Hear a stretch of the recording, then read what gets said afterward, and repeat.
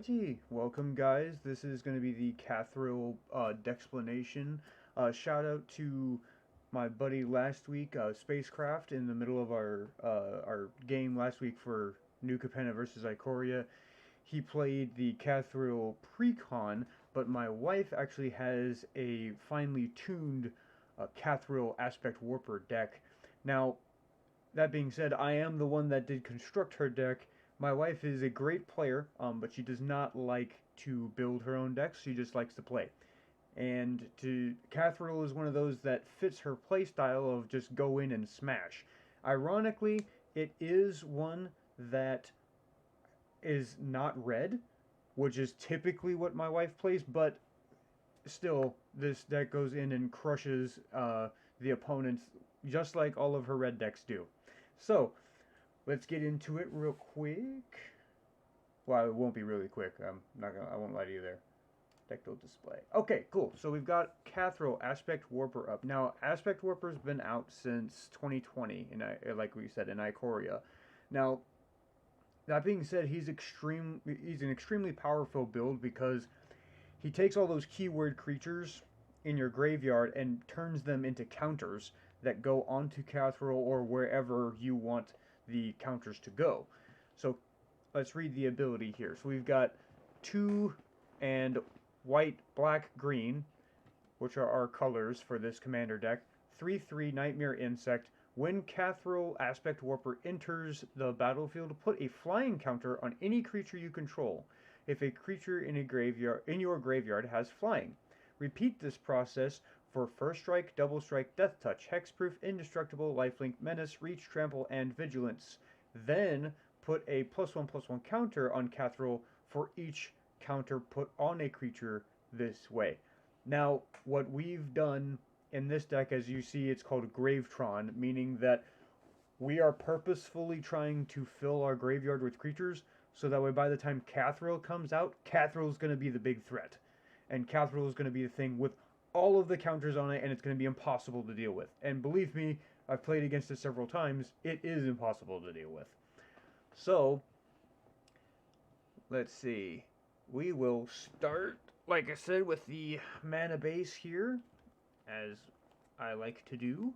So we've got 30 lands in the deck, and I chose to do that because we are in green, which means we have opportunity to have access to more ramp than we normally would. So having 30 on the lower end of where I like to be is okay, because we have 16 cards that care about actually getting our mana on board. So first, easy day, we've got 5 basic forests, and I like to use the original Ikoria lands in here, or the basic lands rather. So we've got 5 of the forest, 3 Ikoria plains, and 3 Ikoria swamp. And that is going to go back to our stats over here. And that should align with our... Ooh. Interesting. Oh, you know what? Okay. I know what I did. Because I just recently put this in here and I didn't shut down the program and restart it before, otherwise it does funky things like that. So we are going to do that really quick. And get it right back up. There we go. And now stats. There we go. Okay, cool. As you can see, that lines up with our lands that we had. We have 25 black mana symbols in the deck, 44 green mana symbols in the deck, and 23 white. So pretty even on the black and white, which is perfect because we have 3 and 3. And then we've got 5 for our green, as far as our basic lands are concerned, so that way we should be able to hit green more often than not. Alright, let's go back down here. Okie dokie. And, okay. The dual lands in here. We have ways to pull up our land subtypes. So, of course, we want to have the lands that have those subtypes so that way they can be pulled. Makes sense. So we've got Overgrown Tomb. This is the shock land, so you have to pay 2 life as it enters. Otherwise, it enters tapped. We always pay the 2 life, right? We're going to go next to Temple Garden, and then Godless Shrine. We want to make sure that we round out all of the possible lanes that we could get in those colors, so that way we can tutor for them as we need to. Or, well, yeah, I guess technically you are tutoring for them. You just use a ramp spell to do it. Um, okay, next we've got Canopy Vista. So Forest Plains enters the battlefield unless you control 2 or more basic lands. It's pretty easy for us to achieve in this deck. We've got Woodland Chasm. Now this one enters tapped, but again it does have our land subtypes, so it's easy to grab. Then we've got Snowfield Sinkhole, which is basically the same thing except it's white-black. If I can find it. There it is. There you go. So same thing except it's white-black. Alright, now going to our all-color lands, we have Command Tower, just like every deck should have, or every Commander deck should have. Then we have a interesting one. Murmuring Bosk. So Murmuring Bosk is a forest, and as it comes into play, you reveal a treefold card from your hand. If you don't, Murmuring Bosk comes into play tapped. It taps for a green, and then also it adds a black or a white, and then it deals 1 damage to you. The cool thing is that it's also a forest, which means that we can tutor for it with the cards that can actually grab forests. In that case, it does actually make it slightly better than Sandstep Citadel. Given we do pay 1 life if we need black or white, but that's only going to be for so long. Eventually we're going to hit our black and white lands, so we won't need that anymore, and then it'll just tap for green.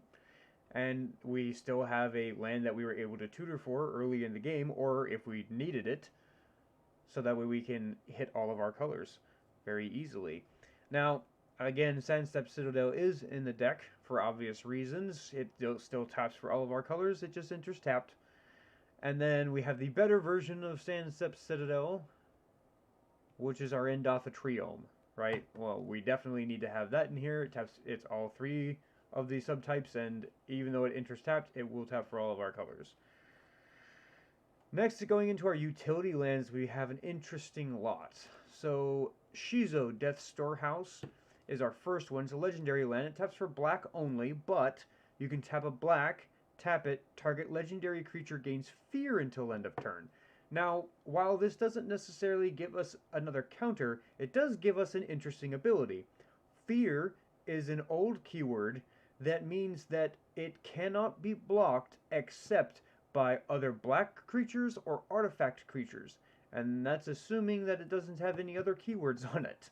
So we're going to be able to get through with Shizo pretty easily. Now, given, right, there are going to be black decks out there, but more than likely, by the time Kathril comes out, it's probably going to have flying or menace or some form of evasion to where fear will be able to just add that much more of a benefit. Now, the next one we have Nesting Grounds. This one actually comes in the Kathril precon. It's perfect because we do have a lot of counters, so we want to be able to move some of those counters as we need to. We have it does tap for a colorless on its own, but then we can pay 1 generic, tap it, and then move a counter from a target permanent onto another target permanent, but we can only do it as a sorcery, meaning that we can only do it during our main phases. The next one is Gaia Reach Sanitarium. So you tap for a colorless, and then you pay 2, each player discards a card and draws a card. Now, typically I don't like giving my opponent stuff. However, we are a deck that takes more advantage of our graveyard than our opponents will, more than likely. So, we discard a card. We're probably discarding one of our creatures that has 2, probably 3 keywords on it in a couple of cases. So that way we can get all of those counters once Kathril comes out. We discard the card, we get a new card that we can use for something else, and then we pitch a creature that we need to be in the graveyard before Kathril comes out. The next one is Grim Backwoods. Now, Grim Backwoods I'm not a huge fan of, to be perfectly honest, but it does give us a sack outlet. It already comes in the precon, and in this particular case, it's not bad. Is it 4 mana worth? Not really, but it's okay. It does draw us a card.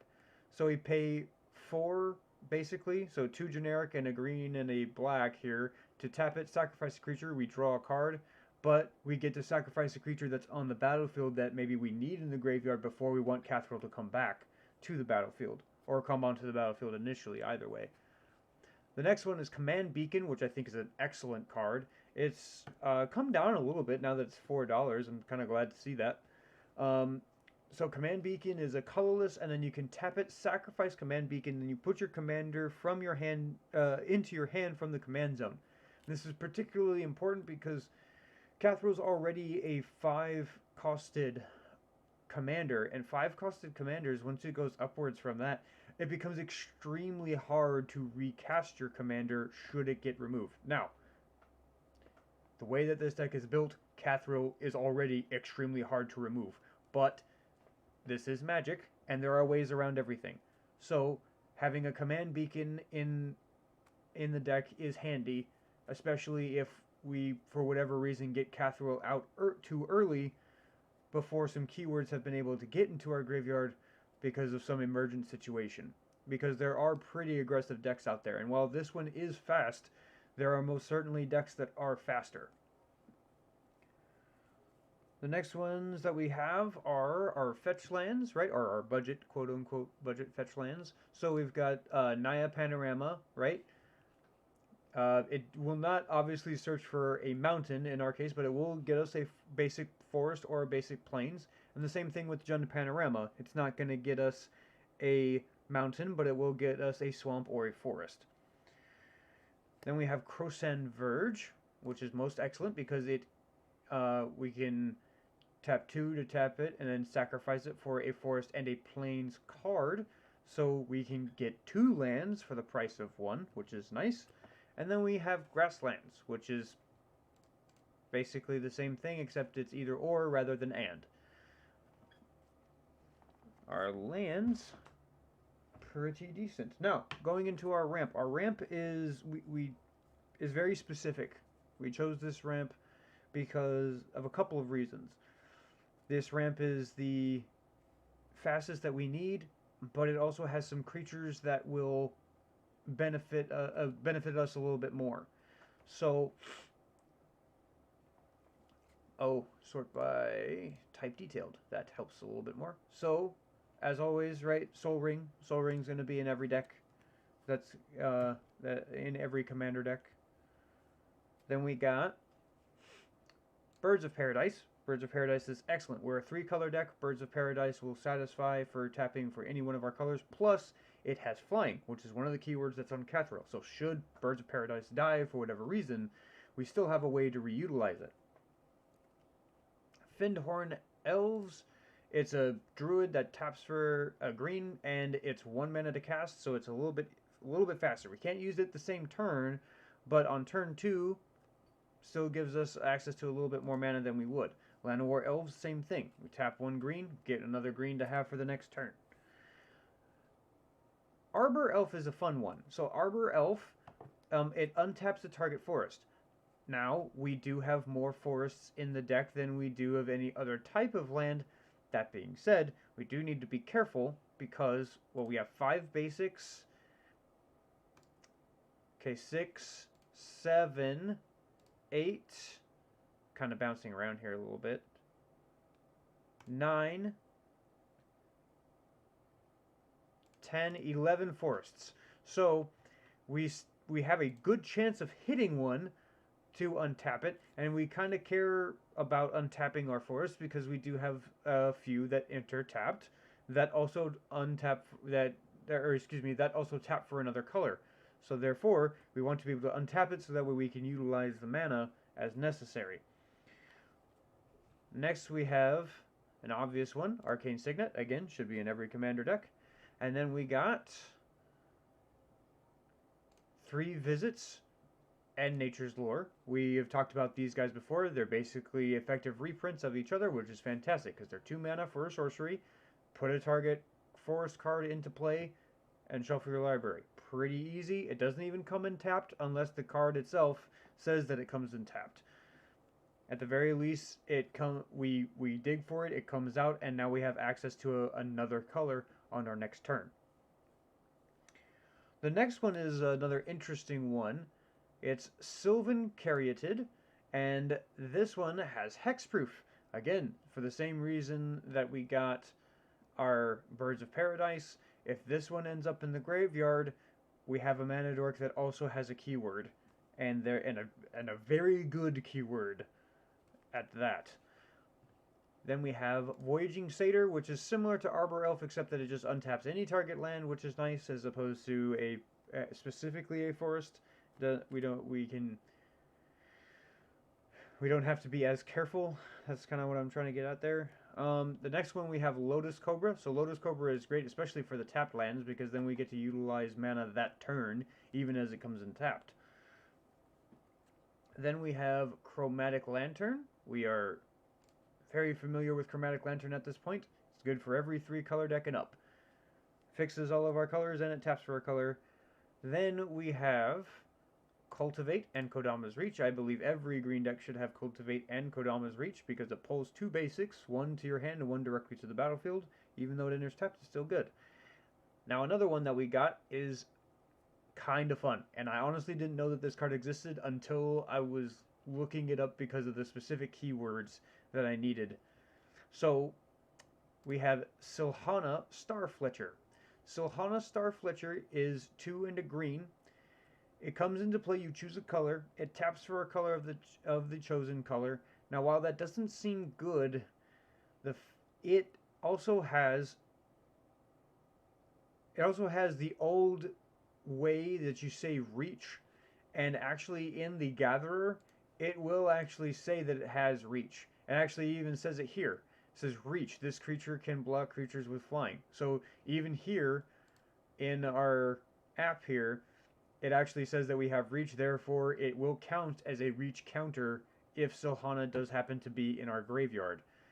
Now, while that doesn't seem fantastic, the fact that it did have reach is the exact reason why I chose it. Reach is not exactly a powerful keyword in this particular deck because we have access to flying. And effectively it is the same thing, except that, you know, flying can attack back against things that don't have flying, right? We can actually hit. It's a form of evasion. But the fact that Kathril has reach or flying in its card text means that we have a possibility of making 2 different counters, and that's exactly what we want, because Kathril then creates a +1/+1 counter for each different kinds of counters on the creature that we put all those counters on. So we still want to have instances of reach if we can get to it. Alright, the next part here is going to be our card draw. And our card draw is kind of interesting too. Our card draw is not like my typical, like a lot of the slots are the same. Don't get that twisted. But there's a lot more cycling, I'll say that much, in this deck than there would be in other builds that I've done. And that's for a specific reason, and I'm going to get to that. So the first thing that we've got is Winged Shepherd. Now, Winged Shepherd is basically, we have it in here as a cantrip, right? We have it in here. The cycling part is why it's in here. The CMC of this deck, the average CMC, we're going to go back to the stats real quick. It says it's 3.34. That's actually, while that's true on its face, because of how this deck functions, it does not behave like a deck that would normally have an average mana cost of 3.34.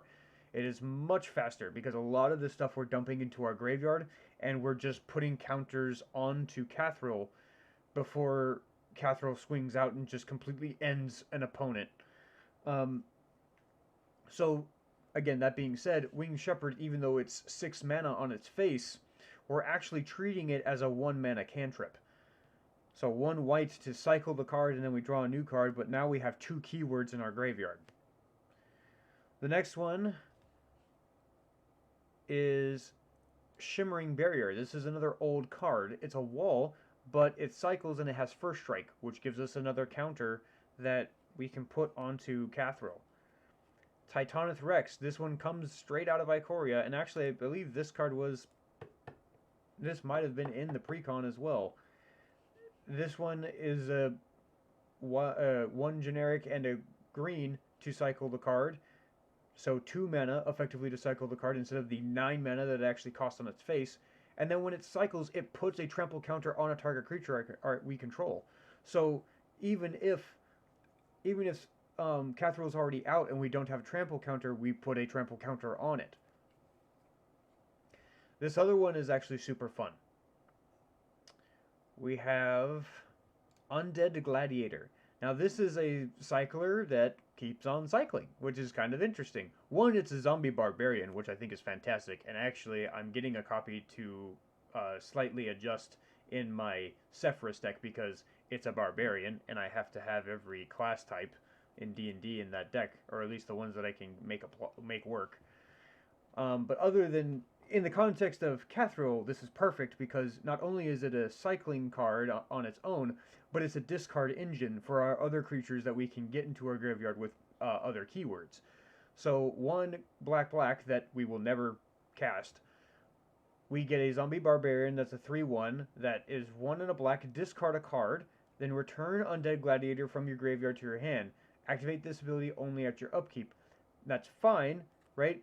Even if we're getting one creature with a bunch of keywords on it a turn into our graveyard, that fills up our graveyard with all of these keywords so that way by the time Kathril comes out, we have a big Kathril. Now, cycling, again, we talked about that. The cycling, it's basically a 2-mana cantrip for us. And then we can pay 2, discard another creature, so we get our keywords into the graveyard, and then we can... Sorry, I heard something. Okay, I don't know. Yeah, the wife is putting one of the kiddos to bed right now, so that maybe she was talking to her. All right. So, anyways, yes. So we have it in here as a cantrip slot.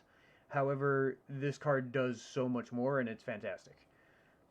The next one we've got is Splendor Mare. Splendor Mare is very similar to the Titanothorax, where, or is it Titanothorax? Yeah, it is Titanothorax. Okay, so very similar to Titanothorax in that we cycle, we can put a lifelink counter on something, and when it's in the graveyard, it also has lifelink, which means that regardless, Kathril is going to get lifelink somehow. The next one we've got is Void Reckoner, or Void Reckoner, Void Beckoner. So Void Beckoner, again, we're never going to outright cast Void Beckoner. Now, it is a Nightmare Horror that's an 8/8, which is pretty beefy, which is why it also costs 8, I'm sure, and has Death Touch. Now, it cycles, though, for 2 and a black. Now, and it does the thing also, too, where it puts a Death Touch counter onto Kathril regardless, and that's fine.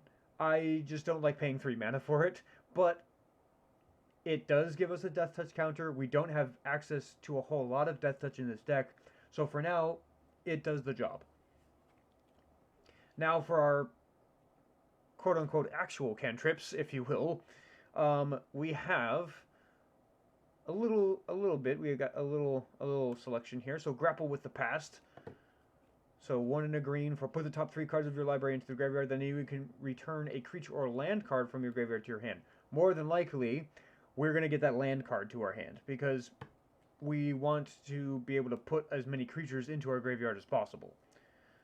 The next one is Roots of Wisdom, which is very similar, except it's a sorcery. We mill 3 cards, then return a land card or elf card from your graveyard to your hand, and if you can't, you draw a card.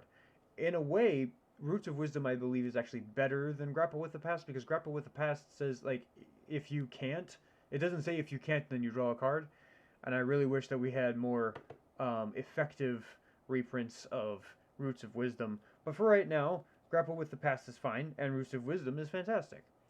Then we have Ransack the Lab, which is a sorcery, 1 and a black. Look at the top 3 cards, put 1 of them into your hand, the rest into your graveyard.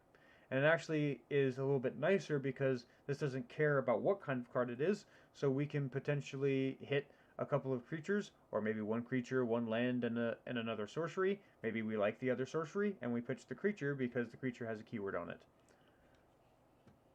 The next one is Grizzly Savage, which should be in every black and green deck, in my opinion. Reveal the top 5 cards of your library, then you may put a creature or land card from among them into your hand, the rest into your graveyard. The fact that this thing digs for 5 cards is fantastic, which is exactly why that we needed this in this deck. Now,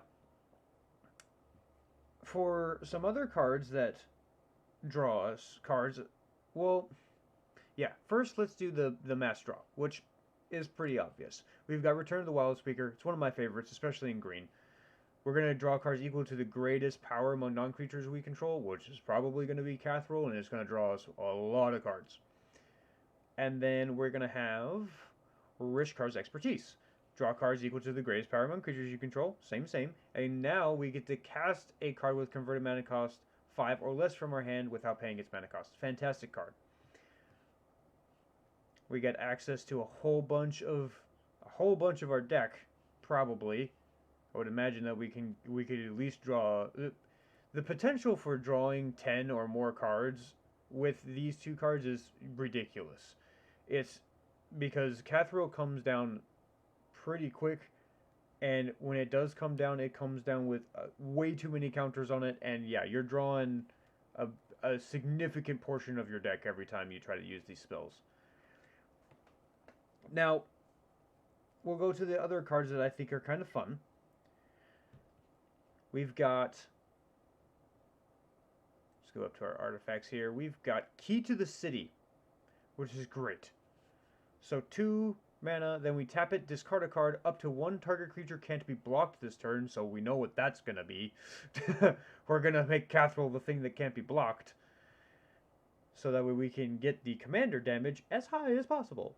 And then whenever Key to the City becomes untapped, you may pay 2, and if you do, draw a card. Now this is fantastic because we're at the point that we're able to use Key to the City with Kathril. Kathril is going to be so big, the crackback is going to be absolutely worth it if there even is any, because of the amount, just how powerful Kathril is going to be. Your opponents will more than likely be on a 2-turn clock. Then we discard a card, put more keywords into the graveyard potentially. We untap, we pay 2 to draw another card. That's a very small price to pay, in my opinion.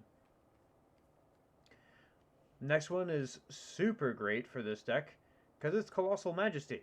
When Kathril enters, more than likely it's going to be 4 power or greater. So at the beginning of your upkeep, you're constantly drawing an extra card, and it's fantastic. The next one we've got is a really fun one, and actually I'm pretty sure this is one of her favorite cards because it's basically Ratatoskr from Norse mythology and also in Smite that we play together. Toski's Bearer of Secrets is a legendary squirrel, 3 and a green. It can't be countered. It's indestructible, which is really the main reason why this is in here. And then Toski Bearer of Secrets attacks each combat if able. And then whenever a creature you control deals combat damage to a player, draw a card. Now this is pretty easy. Our Kathril's probably going to be able to swing in. So every time it swings in, we're drawing a card. If Toski's in the graveyard, Kathril automatically gets indestructible, and it's a very difficult creature to deal with. This next one is Izoni Thousand-Eyed. Now Izoni Thousand-Eyed is 6 mana effectively to cast, and while that sounds like a lot, she does a couple of things for us. One, the Undergrowth trigger that happens when she enters the battlefield, we create a bunch of 1/1 black and green insect creature tokens for each creature in our graveyard. So this is a payoff for dumping all our creatures into the graveyard. Then we can pay a black and a green, sacrifice another creature, gain a life, and draw a card. So she's also a card draw engine, so that way we can continue to dig should we need to. Izoni Thousand-Eyed is actually another way that creates a more massive board state. Should Kathril not be able to get in all of the commander damage as needed, we then can pivot to go wide with Izoni, which is, I think, a very excellent way to go about it, just in case. Because this deck does not combo win, this deck does have to win via combat. Now, given, it's very effective at it. So, it's, and I know I've said that over and over again, but I'm saying it for a reason. It is very effective at a combat win. Now, I do understand that the huge weakness of this deck is that you do have to fill up your graveyard. And to that, I say, yes, Graveyard Hate will take care of it, assuming that you can get it down before she kills you. So, just keep that in mind. Alright. Next is our removal. Pretty decent standard removal. We've got Path to Exile. Exile target creature, then they get to search for a basic land card, put it tapped. Swords to Plowshares, exile target creature, they gain the life. We don't care because Kathril's going to take that life away immediately next. Now this one is a cool one. This one actually comes in one of the other precons from Ikoria. And this card is actually pretty expensive. Now, it didn't used to be, but Deadly Rollick, now if you control your commander, you can cast the spell without paying its mana cost, which is now the reason why it's so expensive. You exile a target creature. Black has access to it, and it's for free if you control your commander. Yeah, it's rough. It's a hard knock life out here going against Kathril. Alright, so next we've got Wilt. Wilt is, excuse me, I'm sorry, Nature's Claim, which I mean they basically do the same thing. You destroy target artifact or enchantment, the controller gains 4 life. And that's the same thing with Wilt, except Wilt, you destroy an artifact or enchantment, and then it has a cycling as well. We're not typically going to use the cycling on Wilt. We will want to hold it so that way we have some removal, but it's there. And the same thing for Forsake the Worldly. We're not really going to use this for the cycling, but we can. And it'll exile a target artifact or enchantment rather than destroy. Then we have our 2 board wipes that we keep in the deck, and the 2 board wipes that we keep are very specific because of how this deck functions. The first one is Dune Blast. We choose up to 1 creature, more than likely Kathril, and then we destroy everything else. Makes sense, and I definitely think it's worth the 7 mana. We are in green. More than likely we'll be able to cast it very easily. The next one is Necromantic Selection. Similar thing, except we destroy all creatures, and then we return a creature from our graveyard back into the battlefield under our control. It's a black zombie in addition to its other colors and types, and then we exile Necromantic Selection. Now, while we do have to exile it, I do think it's still worth having the card in the deck, because we destroy Kathril as well, and by destroying Kathril as well, Kathril will re-enter the battlefield, and then we'll take into account all of the keywords that are in our graveyard now, vice what we had before. Alright. The next category we have is protection, and we do have a lot of protection in this deck. We have 1, 2, 3, 4, 5, 6, 7, 8, 9, 10. 10 forms of protection. Now, one of them is kind of quasi reanimation, but I digress. We'll get to that. So the first one is Autumn's Veil. Green, spells you control can't be countered by blue or black spells this turn, and creatures you control can't be the targets of blue or black spells this turn. Definitely want to have that for anything that tries to stop Kathril from coming out. And the same thing goes for Veil of Summer, except that you draw a card in addition, because then if they cast a blue or black spell, spells you control can't be countered this turn. And then you and permanents you control gain hexproof from blue and black until end of turn, which is fantastic. Then we have the Swiftfoot Boots, and the Swiftfoot Boots is another form of hexproof for us, and haste, which is quite important. 2 and 1 to equip. Then we have Destiny Spinner. Destiny Spinner is a creature. Now, while Destiny Spinner doesn't have any keywords on her, she is fantastic because creatures and enchantment spells we control can't be countered. It's another way to protect our Kathril should he come down. And then we have this other part where 3 and a green, target land you control becomes an XX elemental creature with trample and haste until end of turn, where X is the number of enchantments you control. It is still a land. Now, while this part in particular doesn't normally, like, it sounds kind of innocuous in a deck like this, but with the elemental creature coming on with trample and haste, it's actually very important, because one of our finishers in this deck is Odric Lunarch Marshal, which shares all of those keywords, and haste is very important in this deck. When it comes to deciding to finish out the rest of the opponents And if we have to use that go wide strategy, we want haste to be out there so that way all of our tokens that come into play, or even all of our creatures in our graveyard that come into play, can swing out immediately that turn. The next one is Graceful Reprieve, and this is the one that was, like I said, quasi protection slash protection slash reanimation, is because Graceful Reprieve is 1 and a white. When a target creature dies this turn, return that card to the battlefield under its owner's control. Now, this again is primarily for Kathril. Should Kathril die, we use the Graceful Reprieve, and then Kathril comes back with all of those counters of whatever else is in our graveyard. And say that something is in our graveyard that we put there after Kathril was cast the first time. Well, now Graceful Reprieve gives Kathril the opportunity to now put those new counters onto it, I should say. The next one is the Long Road Home. So 1 and a white, exile target creature. At the beginning of the next end step, return that card to the battlefield under its owner's control with a +1/+1 counter on it.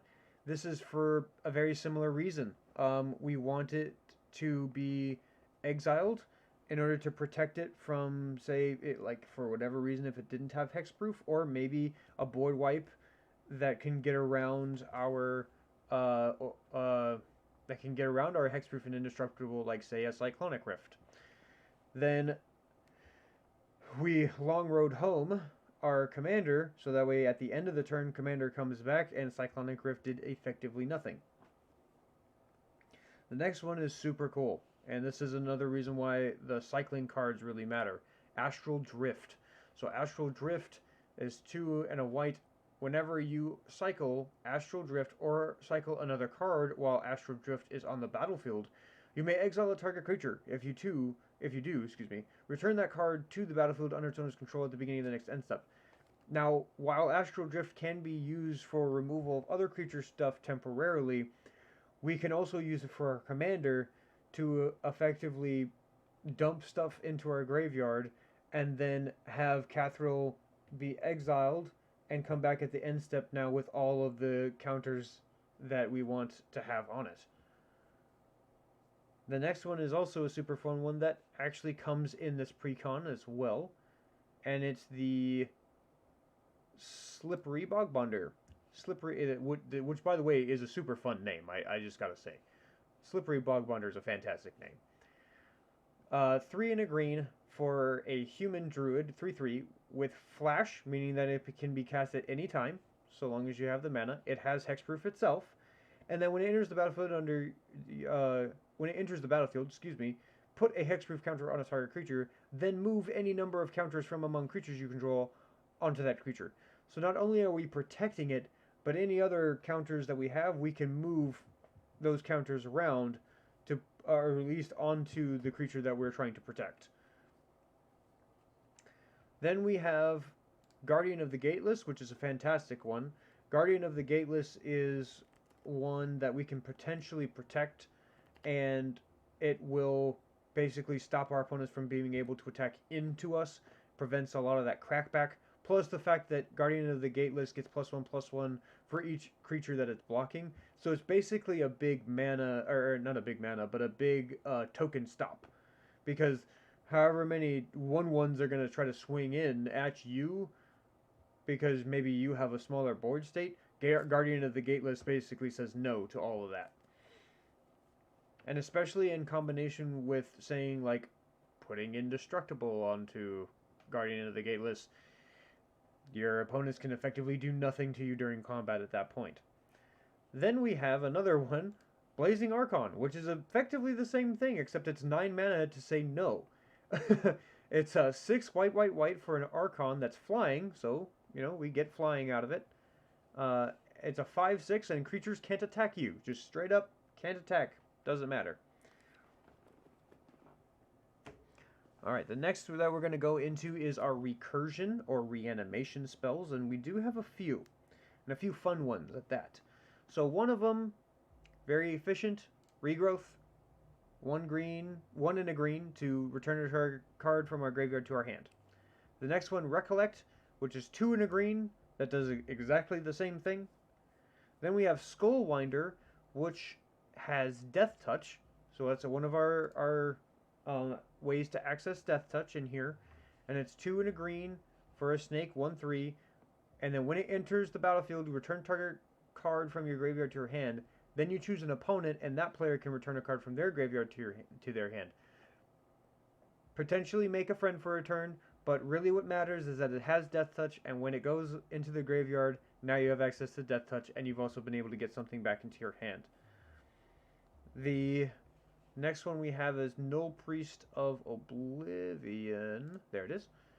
So Null Priest of Oblivion, if nothing else, it's 2 mana, and it comes in with Menace and Lifelink. Cool. We can pitch it to our graveyard, and it also still, again, gives us access to 2 very important keywords that we want. Now, the kicker is pretty awesome, and this is why it counts as a recursion, because when it enters the battlefield kicked, you return a target creature from your graveyard to the battlefield. So, while that's 6 mana to cast for that part, it's very versatile in this deck because we can just pitch it to the graveyard, get the keywords off of it, or we can put it back into our hand, use the kicker cost, even though it's 6, we also get a body in addition to the creature that we're getting back from the graveyard directly to the battlefield. The next one is Command the Dreadhorde, which is fantastic. 4 green, 4 black, for choose any number of target creature and or planeswalker cards in graveyards. Command the Dreadhorde deals damage to you equal to the total converted mana cost of those cards, and put them into the battlefield under your control. Now this is super awesome.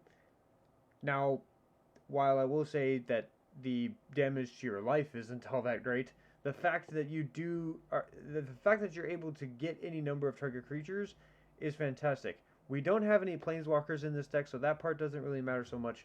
But if we really need, say, I don't know, Blazing Archon, we pay 9 life, and we can put Blazing Archon into play, and I'd rather take 9 versus 21 from an onslaught that's coming at me, so that way our creatures, that way the opponent's creatures can't attack anymore. The next one we have is Eerie Ultimatum. And Eerie Ultimatum is a fantastic card that also comes in the normal Ikoria set. Now, while it's very mana intensive, as you can see, in this deck it's honestly not that hard to pull off. We return any number of permanent cards with different names from our graveyard to the battlefield. The fact that it's permanent cards, not just creatures, is fantastic. Now we can get back our enchantments that give us additional value, as well as artifacts.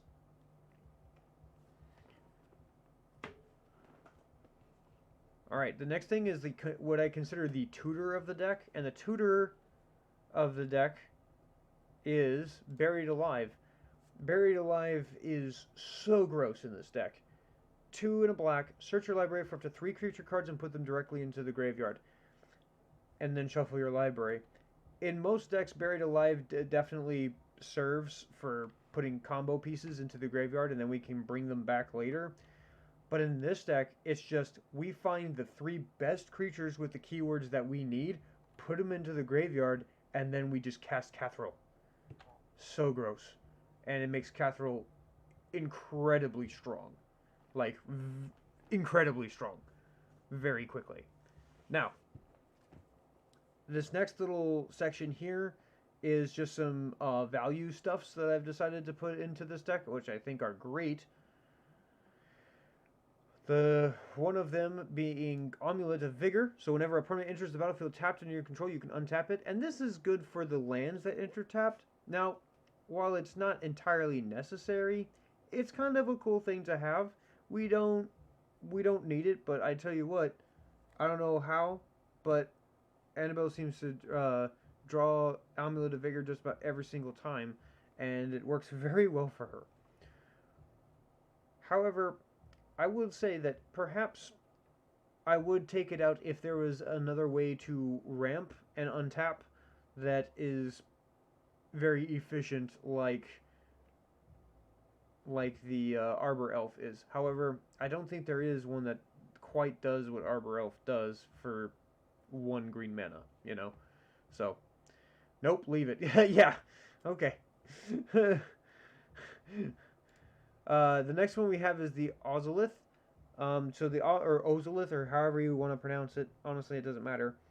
The Ozolith though is a fantastic card, especially for and I'm pretty sure they put the Ozolith in the set because they knew that players were going to want this card for their Kathril decks should they get it.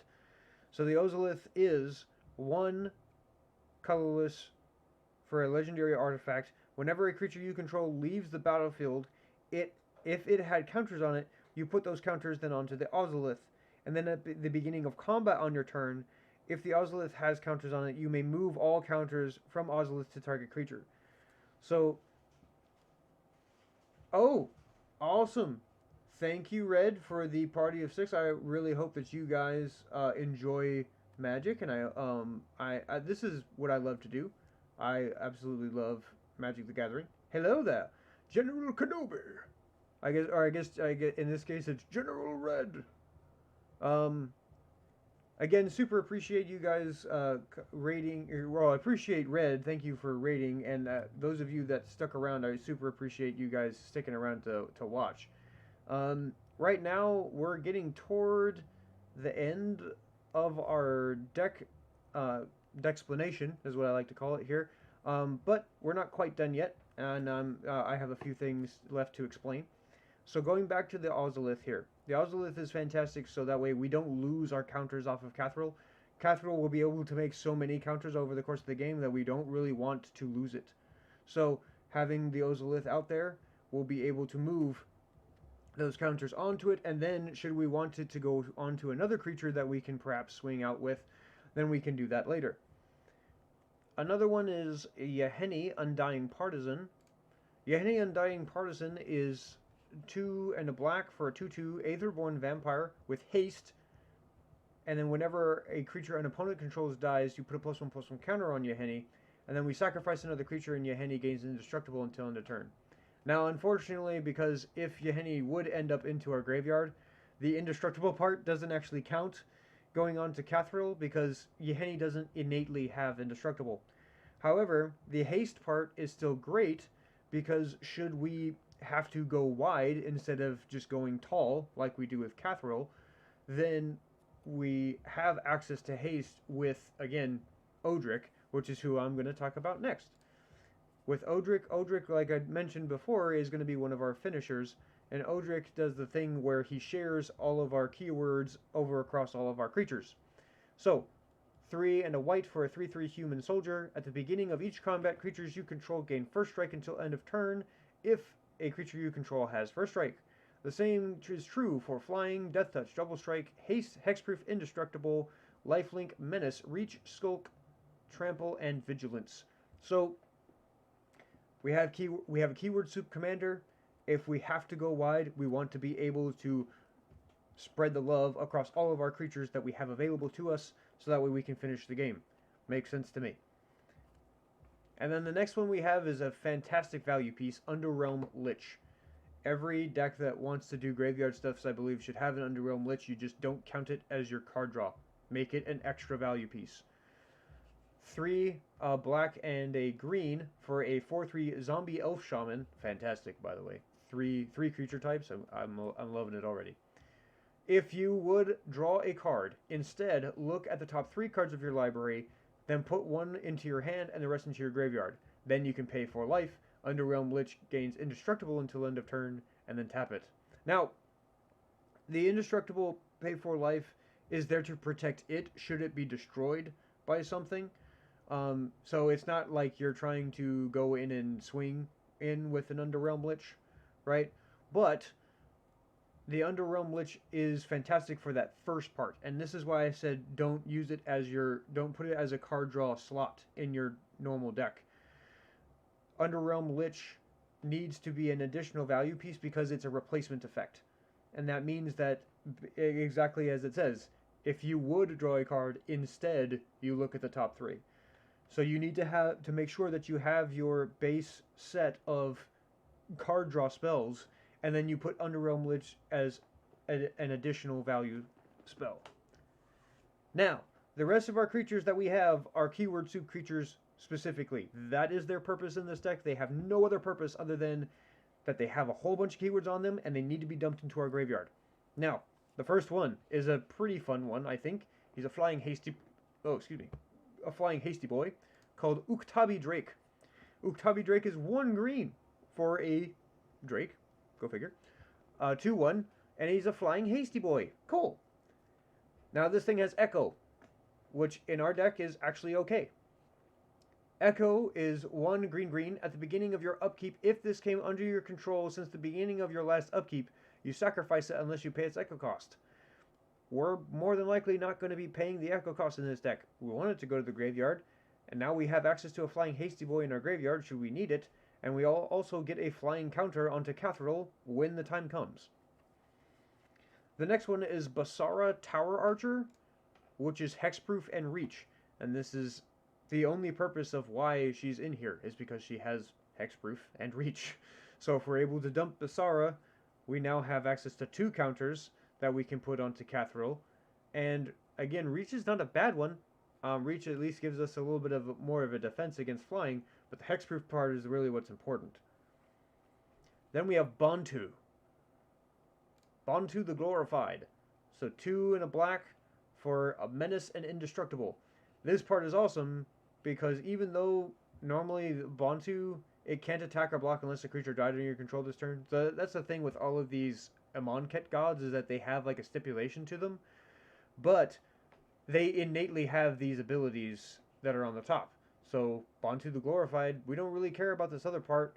We can just dump him into the graveyard and we have menace and indestructible to our disposal. Particularly the indestructible part is the major important one. And the same thing kind of goes for Oketra the True. Oketra the True has double strike and indestructible. So, and again, can't attack or block unless you control 3 creatures. But honestly, we don't really care about that. We want the double strike and indestructible so that way Kathril comes in with those counters. Now the next one that we have is another hexproof one. And it's Cragplate Baloth. We're probably never going to cast Cragplate Baloth outright.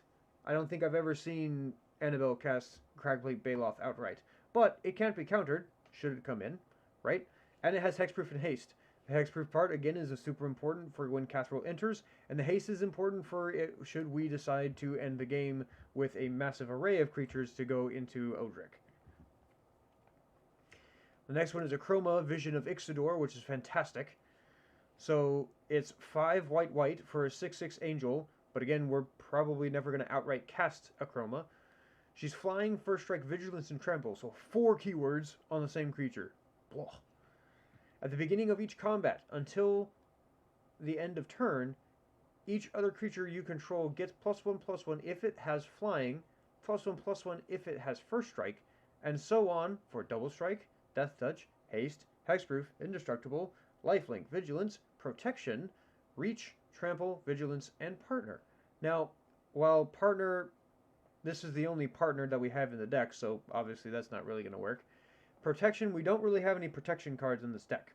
Mostly because protection doesn't really work with Kathril very well.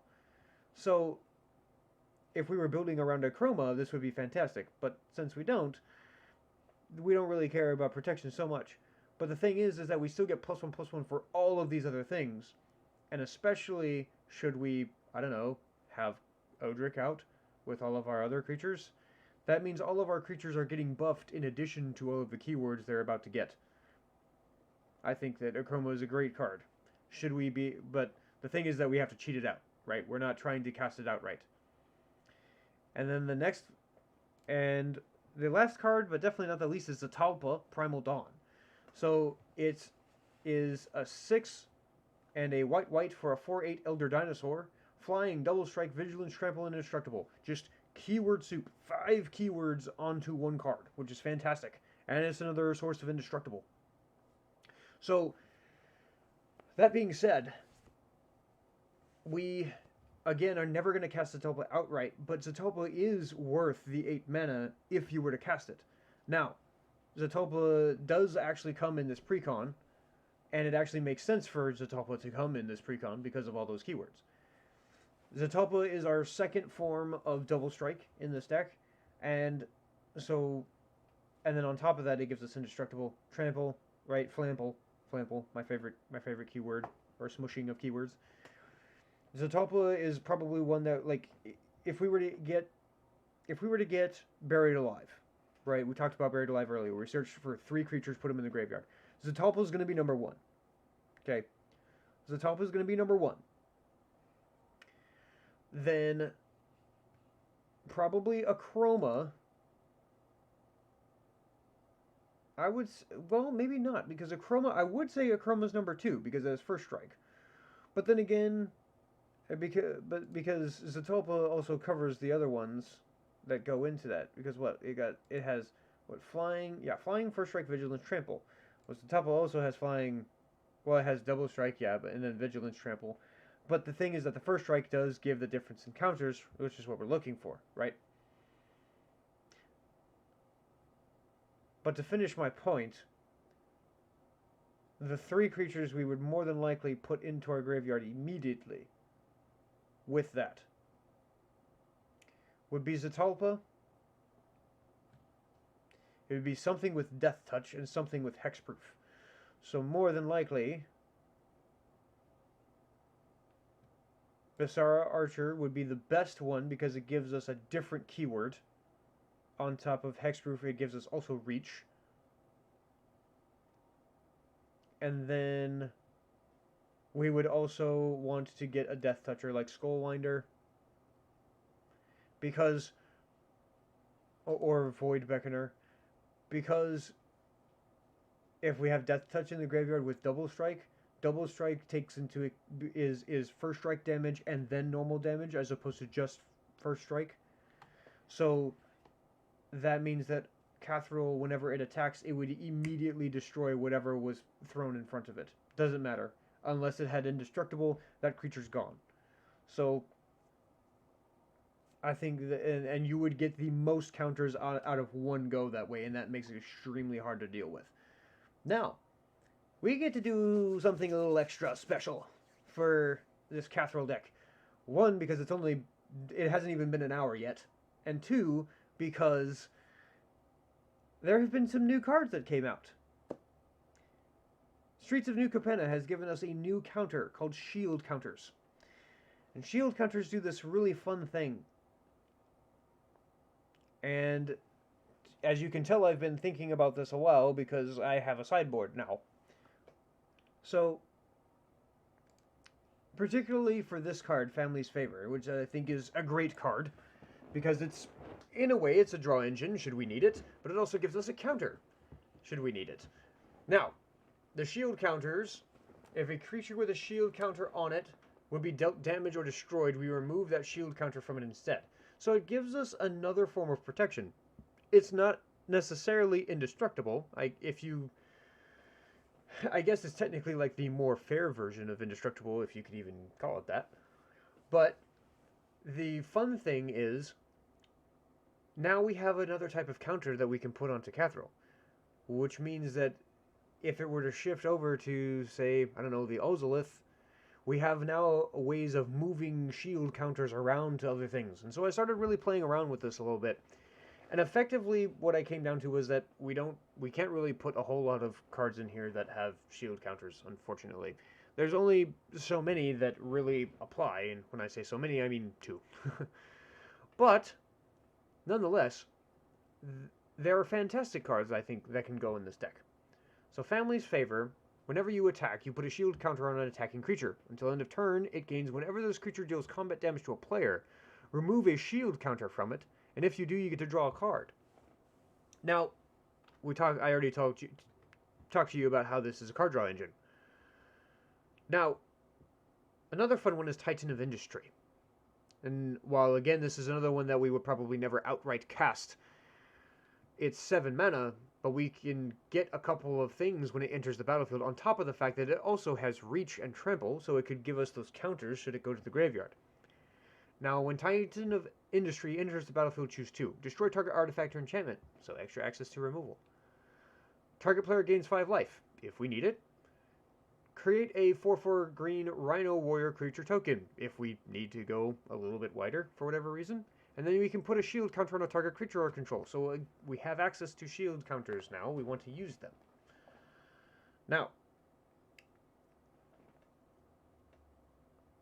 I think it would be wise of us to put these cards in the deck. But if we do, this means we're going to have to shift around some keywords amongst the creatures that we already have.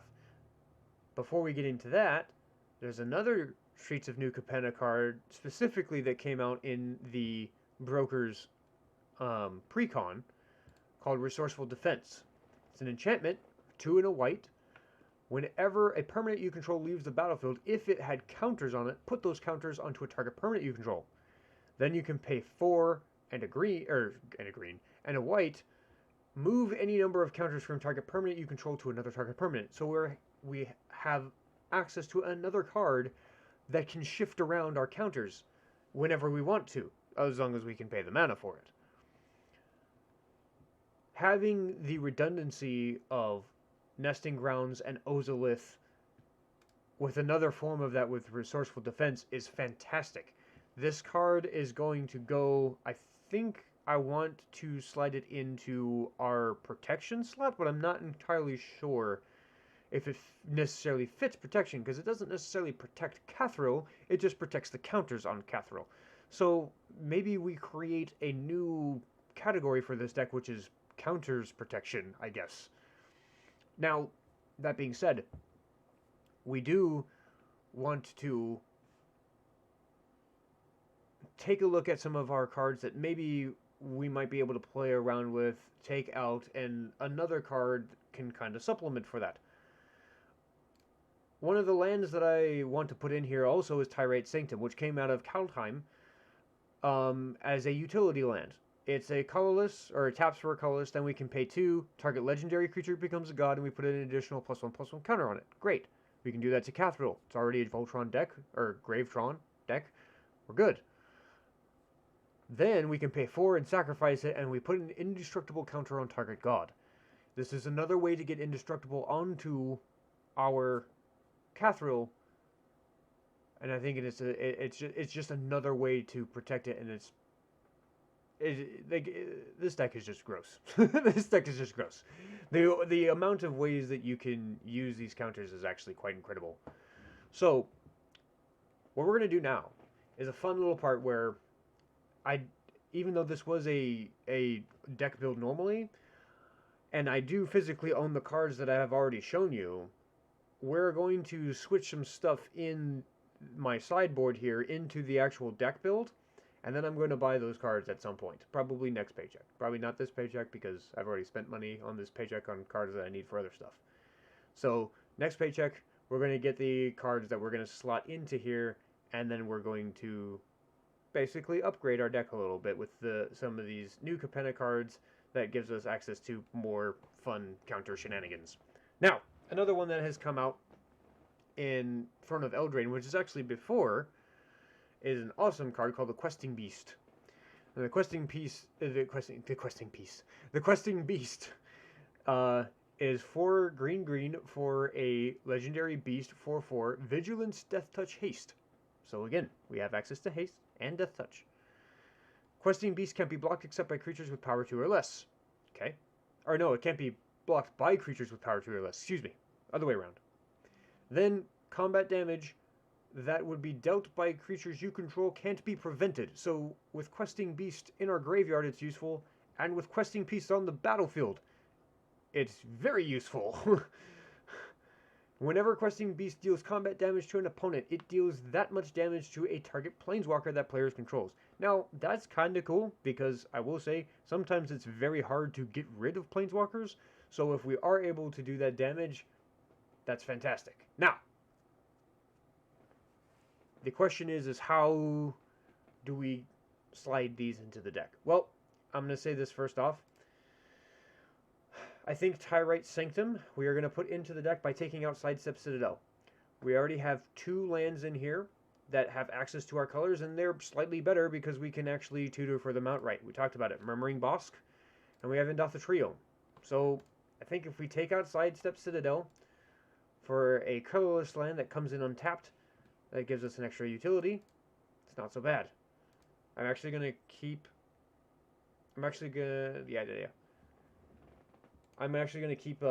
the sideboard one up too, just so that way I keep track of which ones that I need to purchase. But as you can see, it's also already in the main deck, and we can pull it up right there. So right, Tyrite Sanctum, officially added. Now, where does Family's Favor fit? I think Family's Favor is going to fit by removing the Void Beckoner. Because Void Beckoner is it's just a lot. It's 3 to cycle it, and I don't really like cycling for 3. But I do think that by taking out Void Beckoner, putting access to another shield, it still gives us a way to draw cards. If we want to remove the shield counter in order to draw cards, we have the ability to do so. Then we can also supplement the Death Touch with the Questing Beast. Now the question becomes, where does the Questing Beast fit? So I've been doing a lot of thinking, and as much as I don't want to take out the Cragplate Baloth because it has Hexproof and Haste, I think we want to take out the Cragplate Baloth because we're never going to cast it outright. Hexproof and Haste is fantastic, but we already have we have 5 instances of Hexproof in this deck that Kathril is going to have access to, and we'll do that again. So 1, we have the Cragplate, right? 2, we have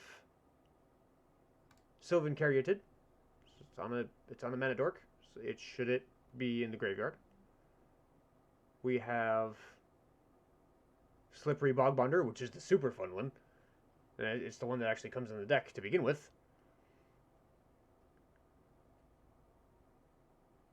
And then we have Swiftfoot Booties.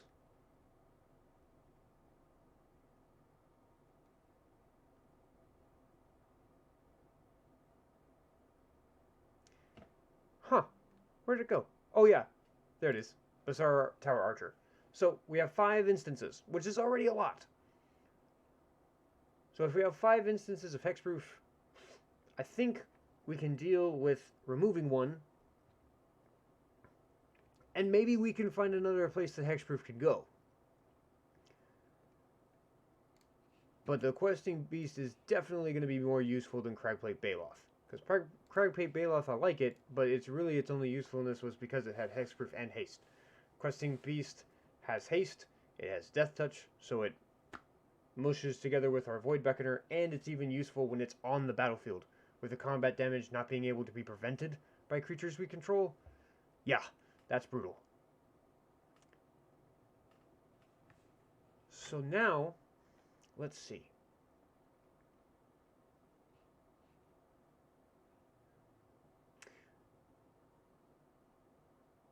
Uh-oh.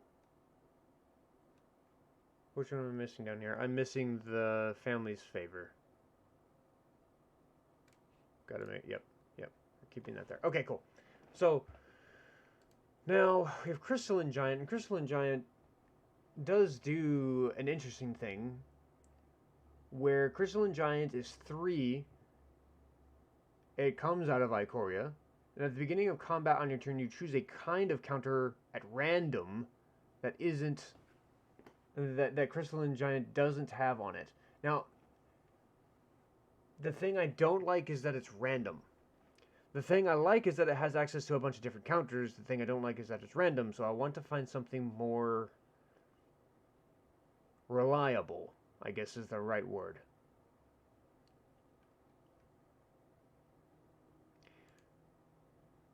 And I like Titan of Industry.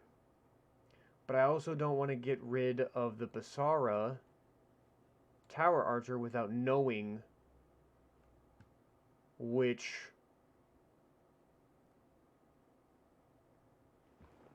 creature I'm going to have hexproof, because now at this point we're already trying to get rid of 2 hexproof creatures. I don't want to do that. I want to keep Kathril to have access to hexproof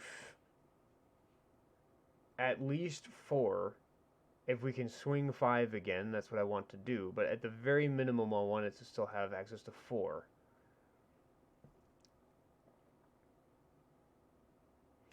Now, I guess what we'll do first is I think I want to take out the Graceful Reprieve. Now, I know that we talked about earlier about how if a creature were to die, we want it to re-enter. But I just think that there are other ways that we can get Kathril back. And I just think that taking out Graceful Reprieve and putting in the Resourceful Defense is the best course of action. Because now, at the very least, we can save the counters.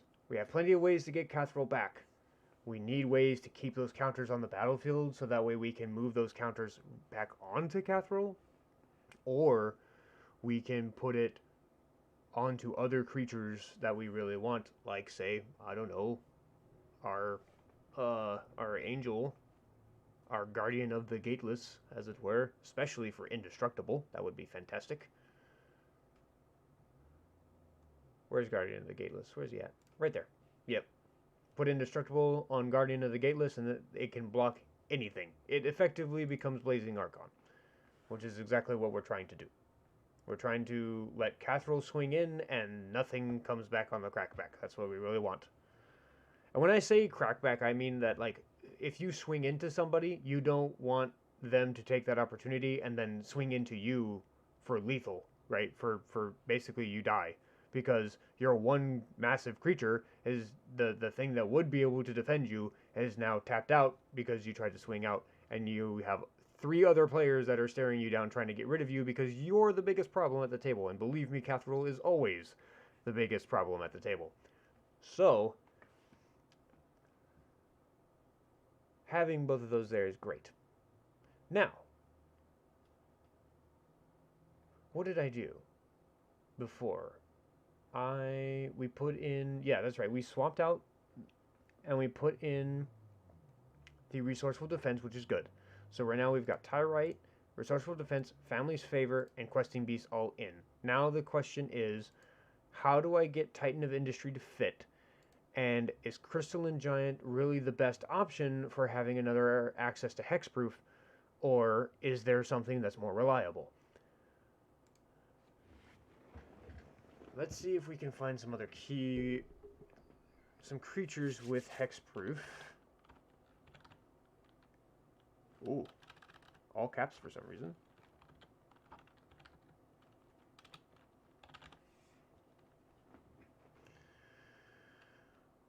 Color, white, black, green, colorless only. Type, creature. It has to be a creature. Alright, so Glade Cover, okay, just Hexproof, but it's 1 mana for Hexproof. That's nice.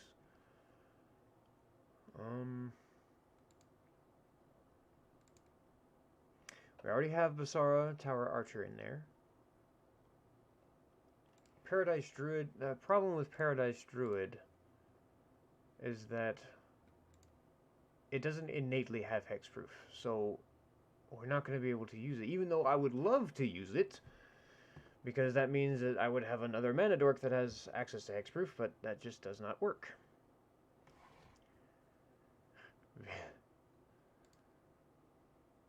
Hexproof, it can't be blocked except by creatures flying. Okay, but that's... Okay, you'll have to activate it. Doesn't innately have it. We already have Sylvan Caryatid. Dungrove Elder. Okay, that's better for like a mono green deck. Guardian Augmenter has Flash. Commanders you control have Hexproof. Now, that's okay, but it's not what we're looking for. Actually, Guardian Augmenter is fantastic for a partner deck that has green in it. I would use it in that. Partner decks like those kinds of cards. Okay, that it creates a 1/1 token with Hexproof. Now this is an interesting one. I feel like decks that have Kathril do actually use this.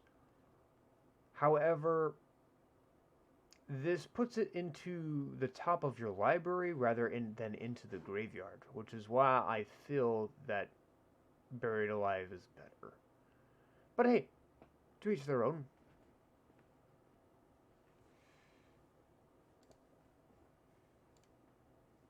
It's just 3 mana for Hexproof Wolf, okay? Reach Hexproof from blue, that's a little specific. A little too specific for me. Troll aesthetic, hexproof, and then you can regenerate it. That's cool, but we can't regenerate Kathril. Hexproof, okay. So this would be great, honestly. If Zethrid's Skyblade was hexproof, first strike, and death touch, one, it would be extremely hard to remove, and that would cost way more than 25 cents. And two, it would be fantastic for Kathril. But we cannot do that. Well, actually, maybe it wouldn't be a terrible idea. Because it goes with the graveyard, it has hexproof, but if we recur it, because we can recur it, then we have access to first strike and death touch. That covers down as another death toucher as well, which is interesting. I think we will put it into the sideboard and think about it.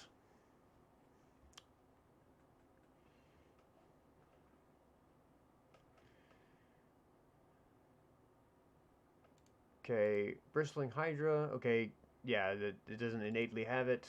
This does, but it doesn't have anything else. Taoism, Pliable Pacifist. Oh, this is one of those... Yeah, I'm not going to use this card. Yeah, I'm not going to use that card. Okay. Drove of Elves. Yeah, nope, not going to do that. I mean, it can potentially be huge, but it only has hexproof, and we're trying to get at least 2 keywords here. Hexproof from Planeswalkers, that's a little specific. Flying and lifelink, at least, I mean, hey, we wanted more keywords, I guess. But so hexproof is a little too specific. Leona Nabuna's artifacts you control can be the target of spells or abilities, but that doesn't exactly have hexproof itself. Alright, we got Odie, right? We already know that. Okay, what is this? Nullhide Ferox. It has hexproof. You can't cast non-creature spells. Well, that's kind of a downer right there. 2 Nullhide Ferox. It loses all abilities until end of turn. Any player may activate this ability. If a spell or ability an opponent controls will cause you to discard it, put it onto the battlefield instead of... I feel like this is better in a 60 card format than it would be a 100 card format. That's just me, but that's what I think. Okay, hexproof doesn't innately have hexproof. Would have been nice. Hexproof and death touch would have been nice. Again, hexproof, death touch, but it cares about being tapped or untapped. It's fantastic in other decks, just not this one. Shalai, same thing. Yeah, same thing. It's great in other decks, just not this one. Slippery Bogbinder, we already have. Thrun, the Last Troll. Thrun, the Last Troll can't be countered. It has hexproof, and it regenerates. But again, we can't regenerate Kathril, because that's not... It's not a keyword that works for Kathril. So, this one is hexproof, and then it can't be blocked by black creatures, which is interesting, but doesn't really help us. Angelic Overseer also does... Overseer, there you go. Overseer also doesn't help us. It's only flying. Doesn't innately have hexproof and indestructible. That's a draft card. Can't use it. Flying and double strike, and you have hexproof, so not quite what we're going for. That has blue. Can't use that. Yep, because it has the text on it. Sigarda Host of Herons is cool. Flying and hexproof, but I want to be careful with that because we've already got a bunch of flyers. I do like the ability that spells your opponent's control can't cause you to sacrifice permanents, because that's another thing that this deck does have an extreme weakness to, is sacrifice. If you're forced to sacrifice something and Kathril's the only thing you got, That does kind of create uh, kind of a rough spot there, but also just depends on how fast your deck is. Carnage Tyrant is trample and hexproof, but we also have access to plenty of trample in this deck too, so I don't know. I don't think trample hexproof is the way we go. Scaled Behemoth already has hexproof. Soul Flare. So this one came in the precon and I didn't like it because like it's not, I don't feel like it's on the game plan. Like I feel like it's a cool card because it has like the whole keyword soup thing. Like Kathril does and like Odric does, but Soul Flare just doesn't go on the same game plan as they do. This delves, and when you delves, then you get the cards, the keywords onto Soul Flare. I suppose it does work with Odric, but it doesn't really work with Kathril. Because Kathril, you want the cards to stay in the graveyard. You don't want them to leave. And if Soul Flare were to die, then it doesn't keep those keywords on it. It just dies. And then Kathril doesn't have access to any of those creatures anymore because you exiled them with Delve.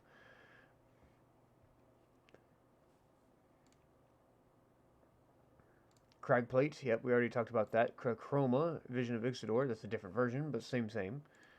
Dawnglade Regent, you become the Monarch now, that's an interesting one. And then as long as you're the Monarch permanents you control have hexproof, that's cool, I do like that, but not for this deck. Plated Crusher, again, trample hexproof. Plated Slabworm, hexproof. Hexproof 8/8. Siege Behemoth, which Siege Behemoth is fantastic, by the way, but it only has hexproof. So, but the other part of it is the super awesome part. As long as Siege Behemoth is attacking, for each creature you control, you may have that creature assign its combat damage as though it weren't blocked. Yoink! Yeah, that's rough. Rough times for the opponent. Sphinx of the Guild Pact, it's all colors. Hexproof from monocolored, again, that's too specific. Archetype of Endurance innately does not have hexproof, but it does say creatures you control have hexproof. So in other decks this would be great. In this deck, again, not so much. Doesn't innately have hexproof on it. Same thing with Walking Skyscraper here. It has trample. Walking Skyscraper has hexproof as long as it's untapped, but when it's in your hand or in the graveyard, it doesn't care if it's tapped or untapped. It doesn't have it because it doesn't just innately have it on the card. Thrasa's, I really wish that Thrasa's Tempest Roar had hexproof as well. One, it's 12 mana to cast, so but it also gets reduced. This spell costs 3 less to cast for each other spell you cast this turn, so there is that. And then Trample Haste. Trample over Planeswalkers, which is fantastic. And then it has hexproof as long as it entered the battlefield this turn. So, yeah, doesn't have hexproof innately. It just has hexproof if it entered this turn. Don't know.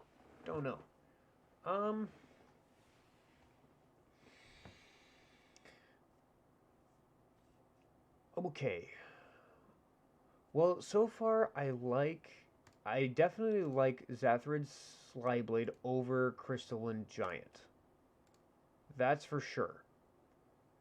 Because Zathrad's Skyblade does innately have hexproof.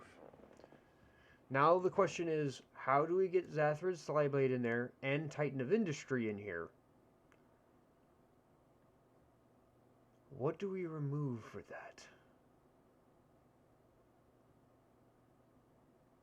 Because to me it sounds like if we're going to do that, then we have to remove the Basara Tara Archer, because technically we do have now 2 creatures. It splits up the hexproof and the reach part.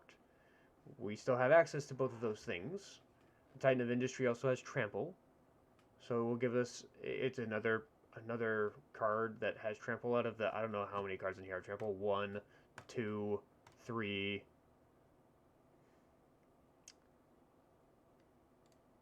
No, not that one.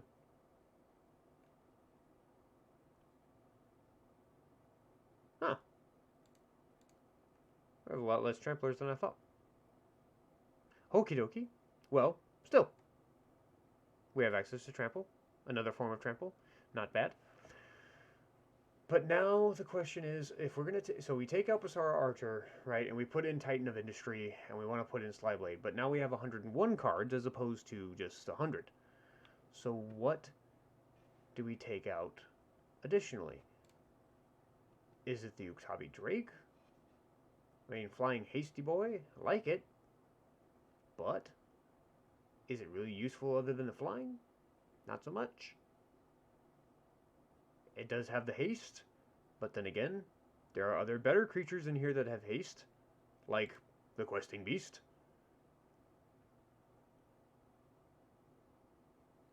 Yahenni.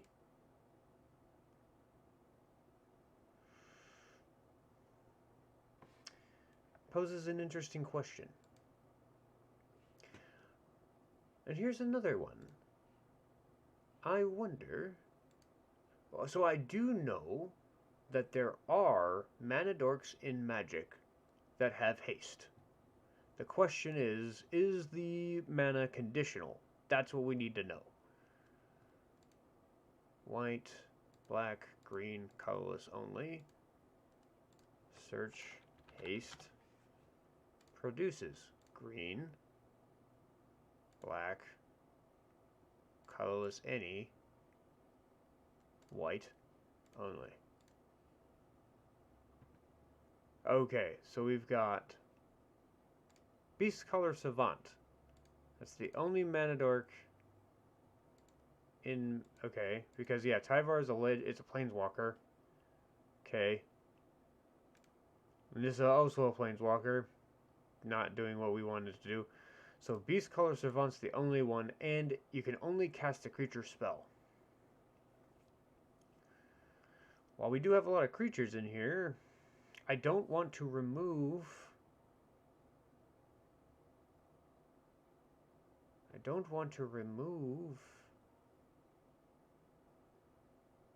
a dork, so that way we get conditional mana. I don't think that's smart. I don't think that's very smart.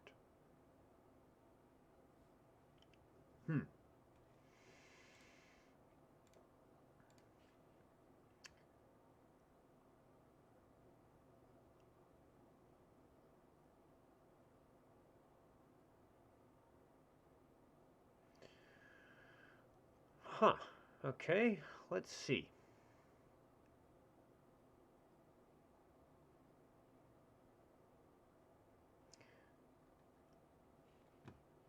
Let's see if...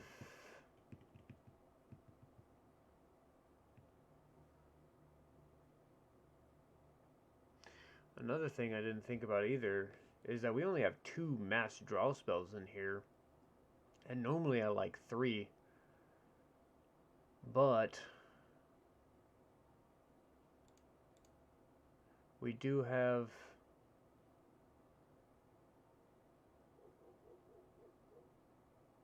We do have a lot of creatures that cycle. How many creatures do we have in here that cycle?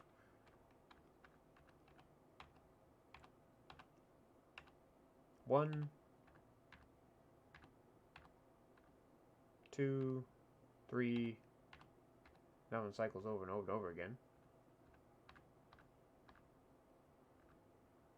4, 5. Ooh. We only have 5 creatures that cycle. Now, given there is one that cycles over and over again, so there is that. But, oof. Maybe that's something else we explore. Let's see, cycling.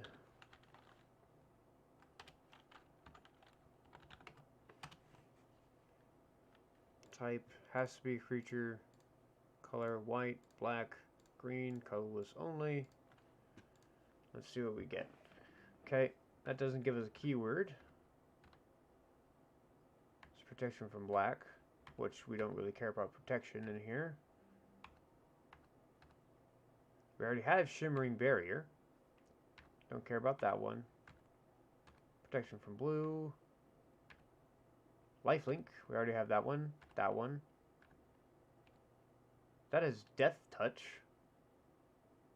So we have a cheaper cycler with Death Touch. Something to consider.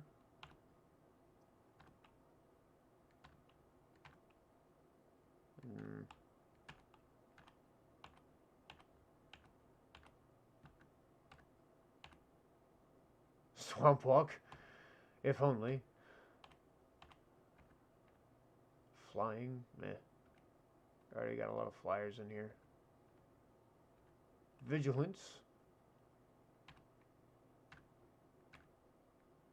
We already got a lot of vigilance in here too, to be honest.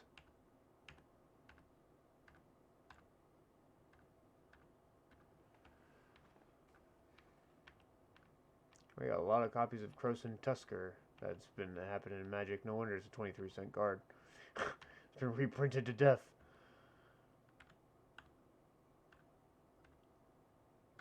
Void Beckoner. And then Titanith Rex. Yeah, that's the last one. Okay, well, I mean, there's not really a whole lot of options, but it's not terrible.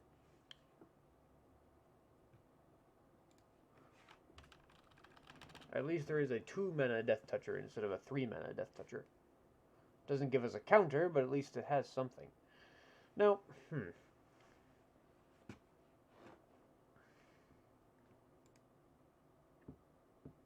it still doesn't really answer our question, though.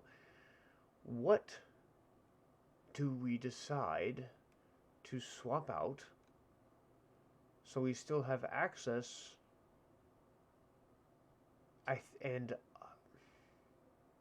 I think the answer is the Uktabi Drake, and that we swap out for those two. So we still have at least one hexproof, and we still have, and then we get and we still have reach, and then we have an extra instance of trample, plus we get a shield counter. I think that's the smart thing. Let's see, just to see if there's any other ways that we get shield counters that'll work. Got Dapper Shieldmate. Yeah, it enters with a shield counter on it. Same thing with Super Protector. Yeah, it doesn't put the shield counter on something else. Voice of the Vermin. Yeah. Sanctuary Warden gets 2 shield counters on it. Has flying. Can remove a counter. You draw a card and get a citizen token. Yeah, it doesn't put a shield counter on something else. Oh, I also didn't take that off. But yeah, Contractual Safeguard, that puts a shield counter on something, but it doesn't. It's not a creature. It doesn't do anything else for us, really. I mean, sure, if you cast it during your main phase, but like,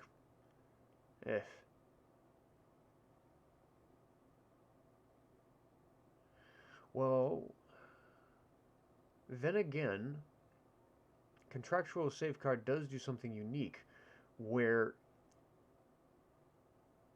if you cast it during your main phase, yes, you put a shield counter on a creature you control, but you can cast it at any time, regardless, and then you choose a kind of counter on something you control, and then you put a counter of that kind on each other creature you control. So, we could potentially put a shield counter on something, or we can put a counter that's on Kathril onto every creature that we have to include, I don't know, Indestructible.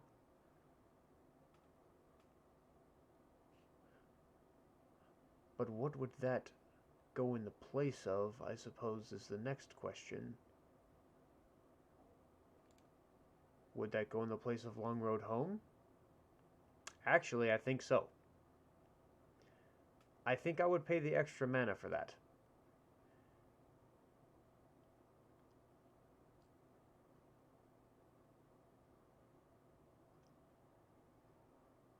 Yeah. I think we do that. I think we will put contractual safeguard in the place of Long Road Home. Just so we have another instance of a shield counter, which is actually pretty useful.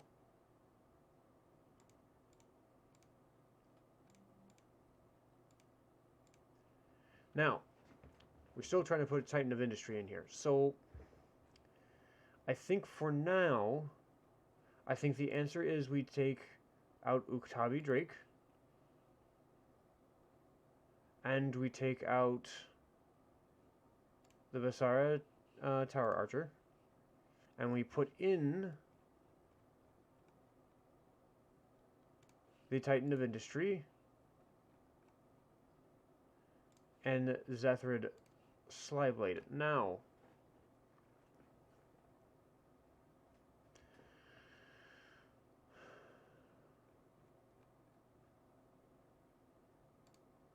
yeah, I don't think Wasteland Scorpion does a ton for us. Now, if we just need an extra cycler, sure.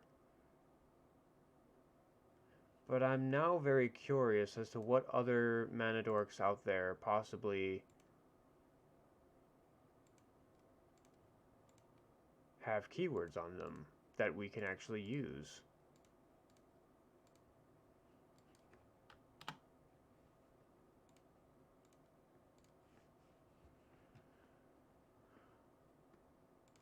Avison's Pilgrim? Nope. Birds of Paradise we already have.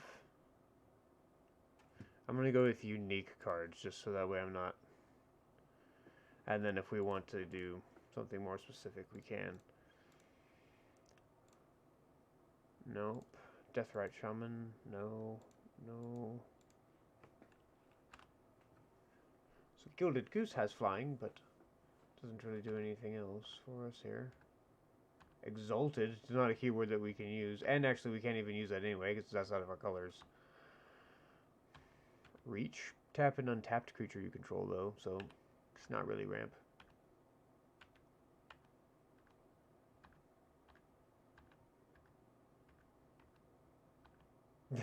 Defender.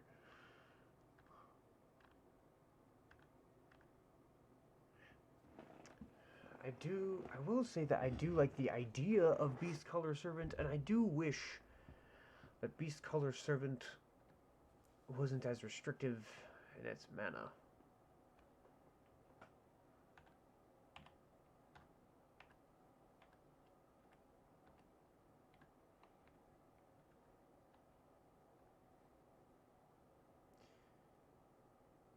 Yeah, you can only cast an angel spell with that, which is... That is... I feel like she would be an awesome commander for an angel tribal. Just obviously not going to work for us in this deck.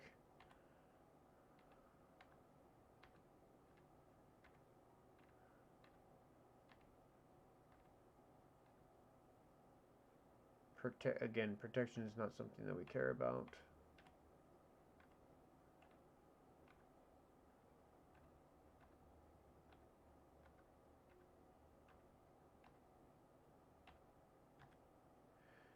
Ornithopter of Paradise. It's basically Birds of Paradise, except it's 2 colorless for a flyer that adds any color.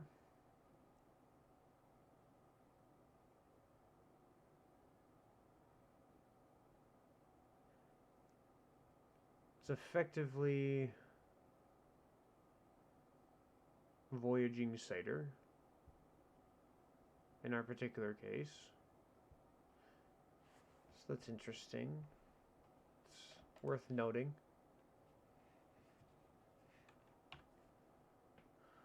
And modified. Modified isn't a keyword we care about here.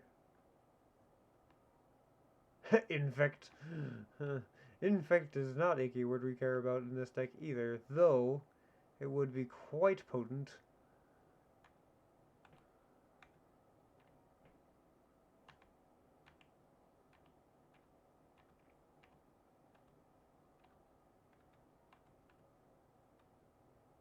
That's interesting.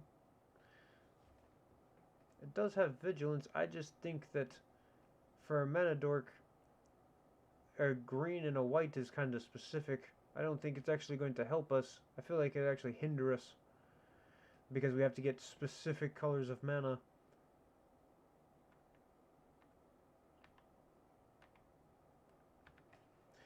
When it transforms, okay, yeah, it doesn't have anything when it transforms. Actually, it wouldn't matter because it would just be the front face in the graveyard anyway. Yeah.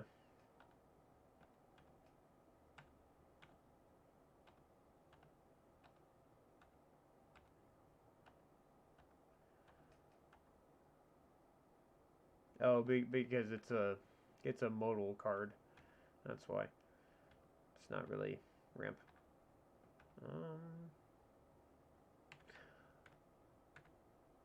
Well, now this is interesting.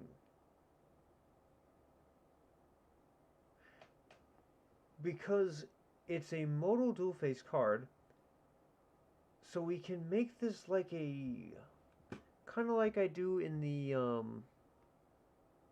Dungeons deck, my Dungeons and Dragons deck. We can make these modal dual cards. We put them in the slot as oh my goodness, why am I blinking right now? We put them in as utility lands. There you go. So that way, effectively in the slot, they're just utility lands, and then if we can use the front face, then we do. Black Bloom Road has Menace, and then it's a land. That's an interesting thought.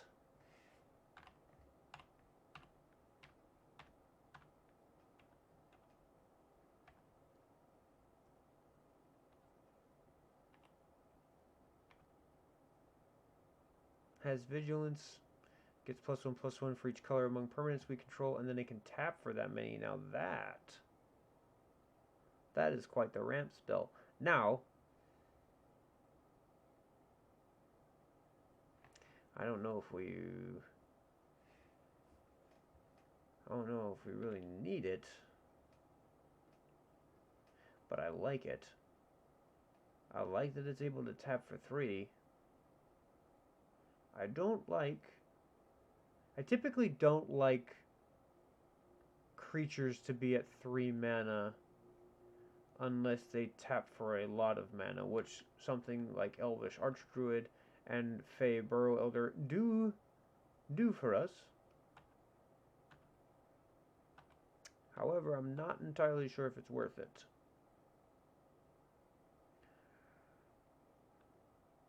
Yeah, Vigilance Trample, and then it gives us an... Yeah, no. No.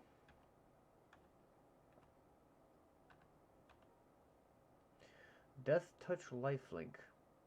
That's an interesting one. It only adds 1 mana of any color, but it does have 2 keywords on it. I think I considered putting that in at one point. No. This would be a great card, but we're not in a lands deck. This would be a card for a lands deck.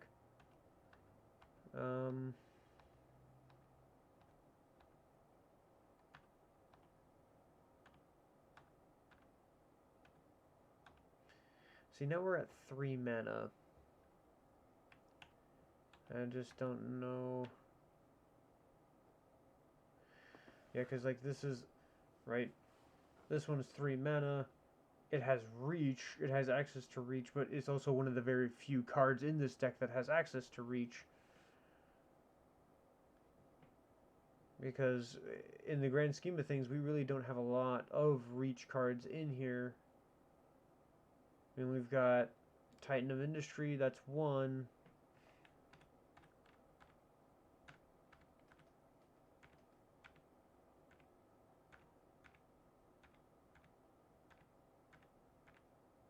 And then that's 2. And that's really it. Yeah, we only have 2 reachers really in the whole deck. So, I don't know. I think I'm gonna do some more.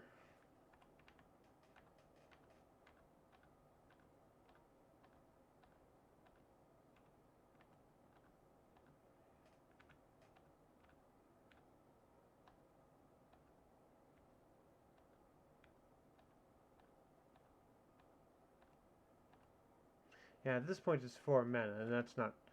I don't believe it's going to be worth it at 4 mana. But what I do think.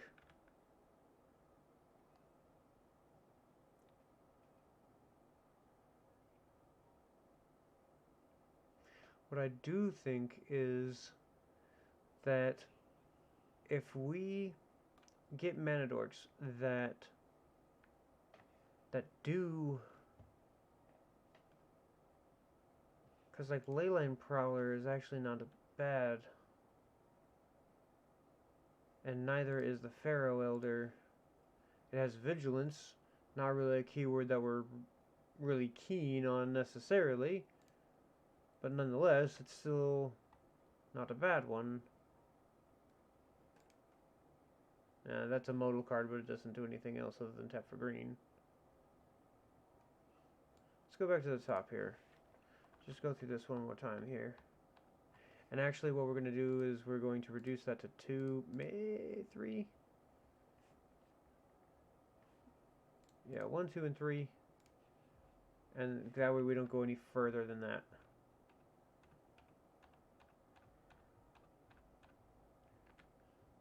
Yeah, no, we don't want that. Yeah, we don't really want that either.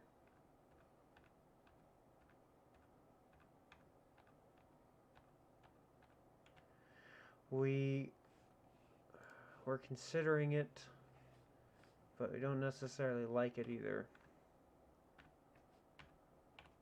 And it's honestly only because it has haste. I feel like if I had an extra slot to give up for mana, then maybe it would be worth it. But we don't. We're very tight because of the fact that we need certain keywords.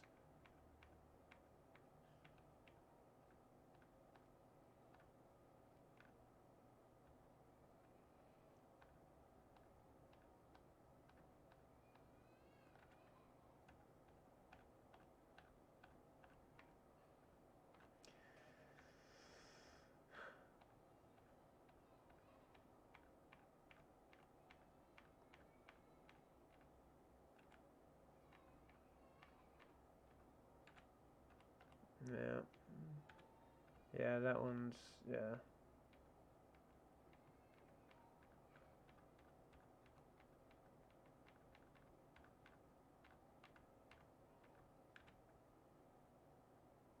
Circle of Dreams Druid? My goodness. Tap. I mean, that's obviously more, I mean, like, I feel like that's better in a mono green deck. I don't even know if I put that in a 2-color deck with green. That's not why we're here, though. Okay. Yeah. Put an Omen counter? Okay, yeah, no.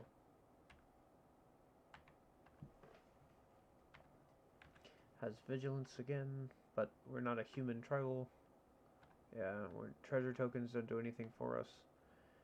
Leyline Prowler.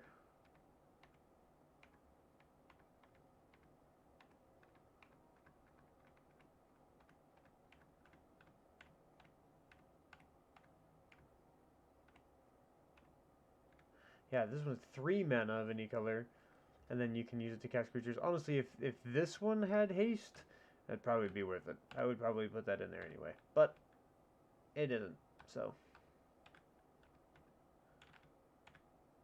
Nope. And that's it. That's the end of the line there. Okay, so what we've got is we've got Black Flame, Rogue, Black Bloom, Bloom Rogue, which has Menace, but let's look at our stats. We have slightly more black than we do white. It's not that big a deal, I suppose.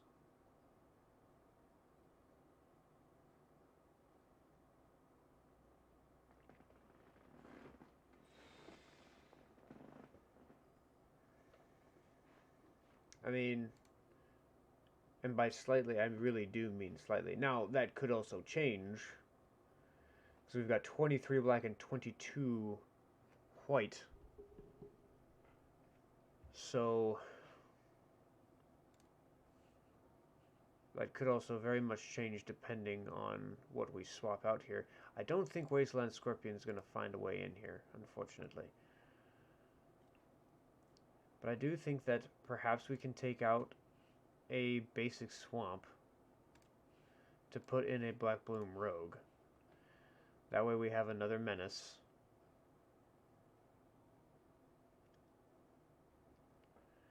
I do think that we can probably take out Arbor Elf, because Arbor Elf is very specific. We have Birds of Paradise, we have Fin-Horned Elves and Llanowar. If I'm gonna have any mana, I'd rather have green. Arbor Elf untaps a target forest, but what if we don't have a forest? We only have so many. And I feel like that also gives more viability to our Amulet of Vigor. Should we pull Amulet of Vigor, we can then have that much more mana at our disposal. But Arbor Elf only does so much for us. So I think perhaps we take out the Arbor Elf and we put in the Ornithopter of Paradise. One, it gives us any color, and it gives us another flyer.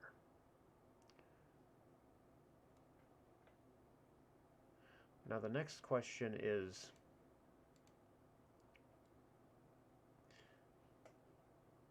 do we put in Leyline Prowler, Fey Furrow Elder, or do we put in Beast Caller Savant? Just because it has haste. And while I don't really like that idea,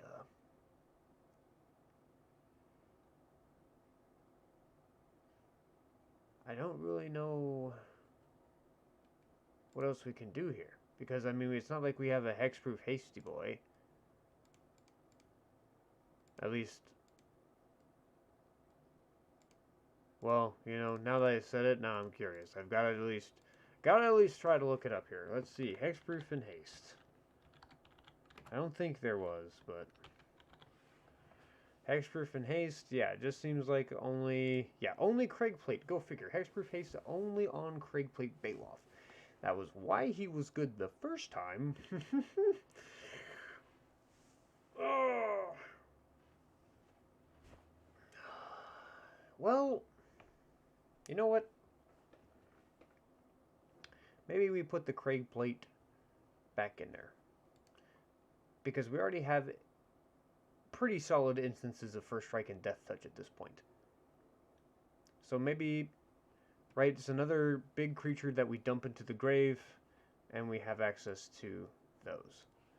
Craigplate was in here to begin with, so we put him back in, not a big deal. Still have hexproof, and we still have haste. And I mean, we already lost one flying hasty boy anyway, so, and then we don't have to deal with subpar mana.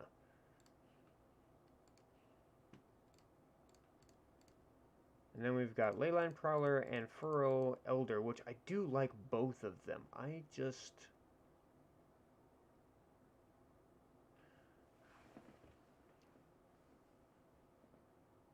because I'm already slowing down Kathril a little bit by upping the cost of our mana dorks slightly.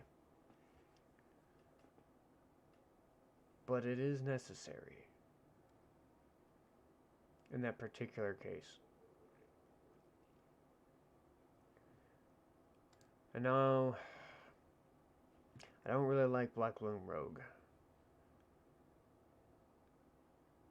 Yeah, I don't.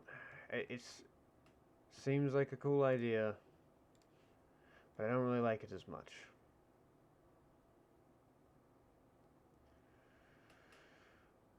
Oh, we have 101? How'd I do that? How'd I do that already? Oh, because Black Bloom Rogue never left. It was just, I left it on the sideboard. Okay, cool. Alright, so, I think with this slight readjustment, I think we don't necessarily need those two. I think we're pretty solid, actually. Let me see. How many things do we have? How many things have reach in here? I think we only got 2, right? We don't really have a whole lot of reach in here. We have a lot of flyers. Not a whole lot of reach. We got Titan of Industry.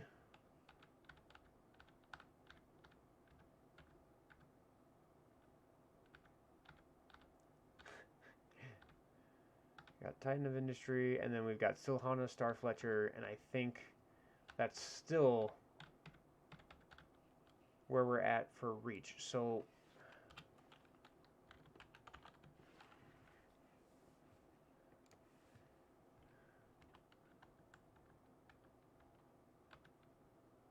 yeah, it's just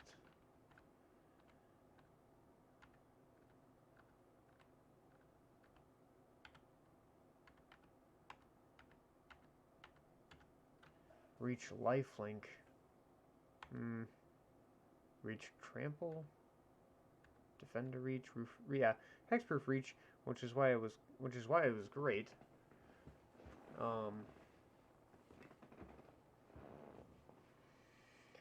But yeah, the only way I would put Basara Tower Archer back in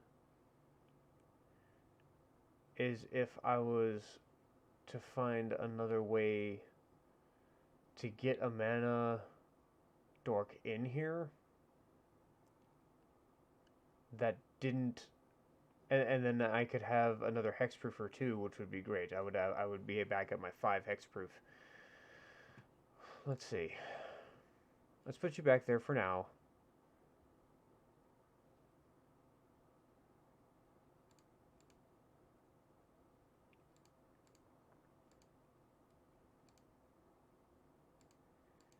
Yeah, reach death touch. I've had plenty of reach death touchers, which were fantastic when I first started. Oh, this one has reach, and it's a discard outlet. See, that's interesting. Now,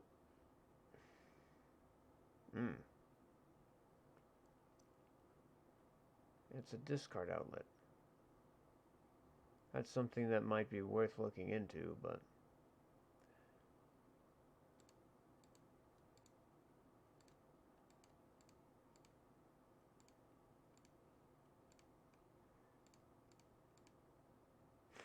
and then we end up back with this guy.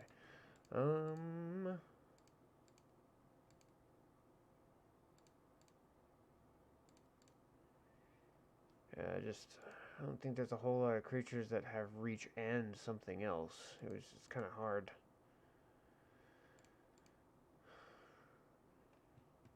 Let's see, reach, I don't know. Reach. I already know one reach hexproof. What about reach and lifelink maybe?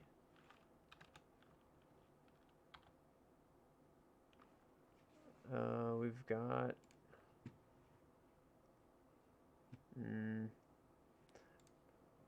oh, yeah, maybe type out the whole thing, that would help. Okay. And see, that's the problem, is that when we get to this point, it's like there's so much overlap that's needed.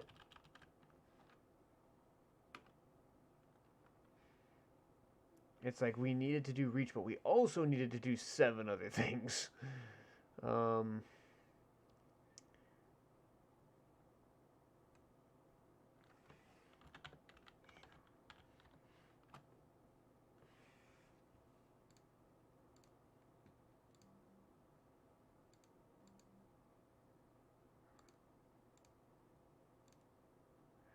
Let's see here.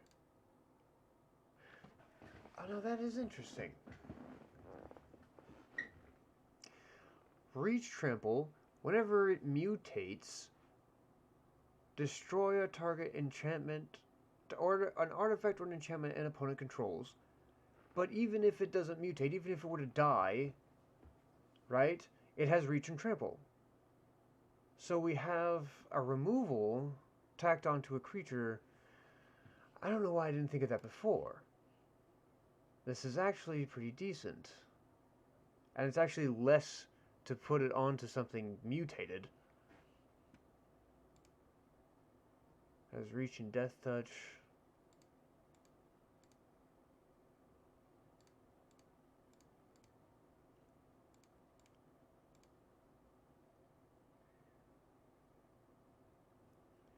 See, I'm glad that I found that because, again, this powers down Kathril slightly, but not really, because now we have access to more keywords.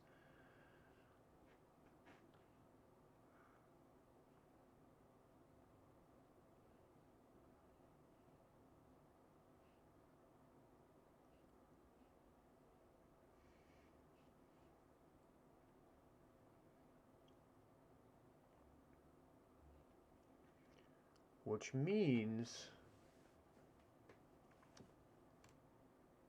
that if we rotate Gem Razor in the place of,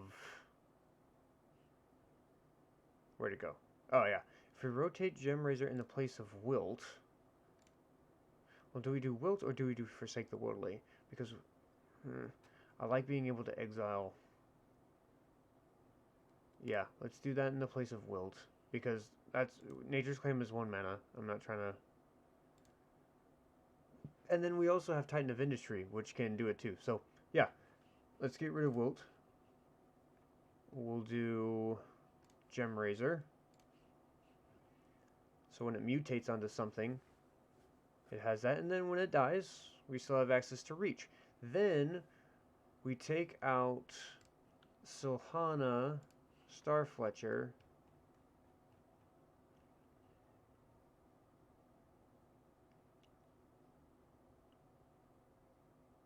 but we would still need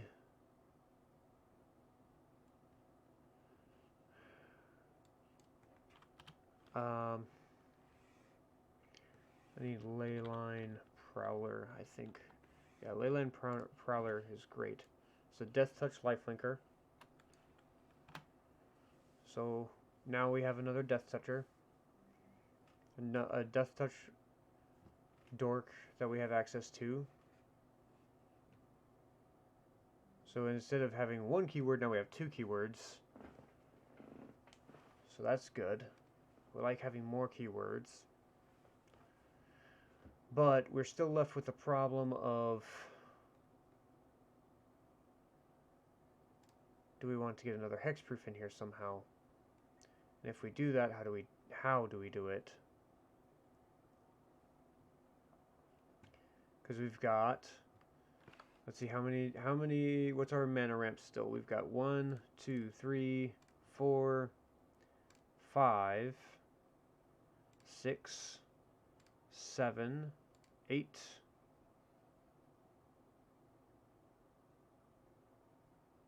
Okay. 9, 10, 11, 12, 13, 14, 15. So we've got 15, kind of, sort of 16, right? Because we have the Amulet of Vigor. So we're still sitting pretty happy with our ramp.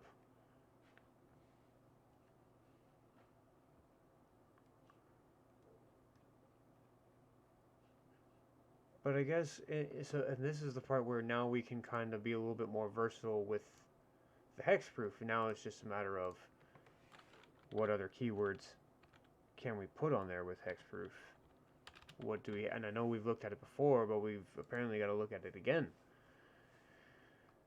Because there's not a whole lot of things out there that are hexproof and something else.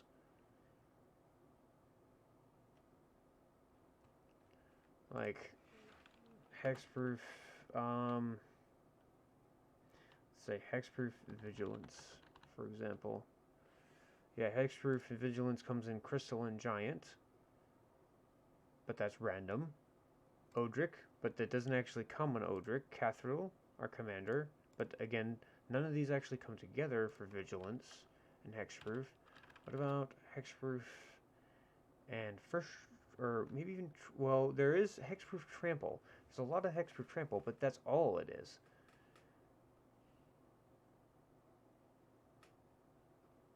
There's not a lot of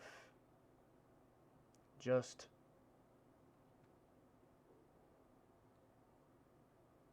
hexproof, and that's why I'm wondering.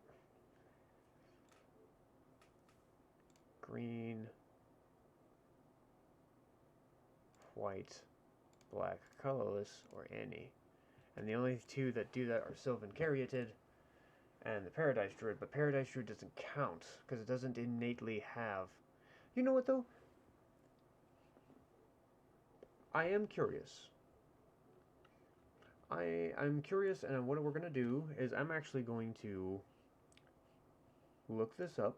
Now, I'm pretty sure that it doesn't work, but now, because I'm on this quest, I have to know.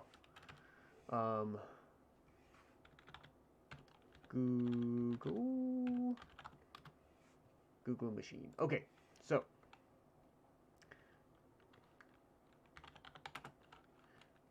does Paradise Druid have hexproof in the deck? Doubt it. Seriously doubt it. But we're going to look this up. Okay, so Paradise Druid has hexproof as long as it's untapped. Okay, well, we know that. That's what it says on the card.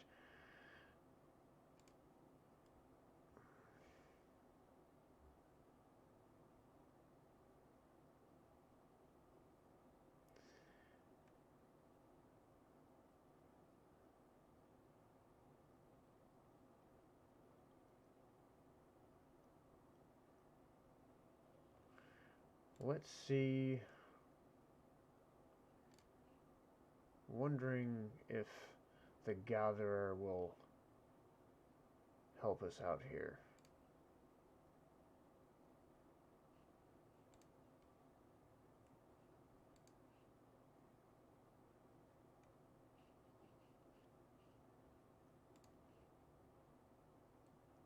I don't think, I mean, it looks pretty self-explanatory, which makes sense, so I'm not entirely surprised if we don't find what we're looking for.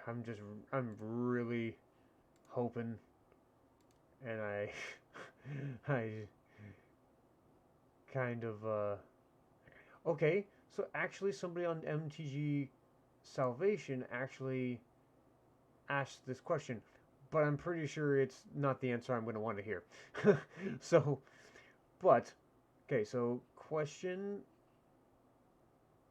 Kathril Aspect Warper checks for creatures with keywords in your graveyard to distribute counters. Does Kathril get a hexproof counter from something like Paradise Druid that has hexproof under a specific requirement? I couldn't find the ruling on this. I'm thinking no, because if Paradise Druid is in your graveyard, it cannot be tapped or untapped, and because it's the battlefield condition, that doesn't apply to the graveyard, which is exactly what I was thinking. But I don't know how to check how Kathril checks creatures in the graveyard. Does it simply need to see a keyword on a creature? What's the answer, guys? You are correct. Paradise Druid in your graveyard does not have hexproof. It is a static ability that is conditionally gives hexproof while it's on the battlefield. This is not the same as simply having the keyword. Yeah, so that is exactly what I thought. Whereas it's a static ability, it doesn't innately have hexproof on it, and therefore it does not work. Which is unfortunate, but it's kind of what we already expected. So, oh, whoops.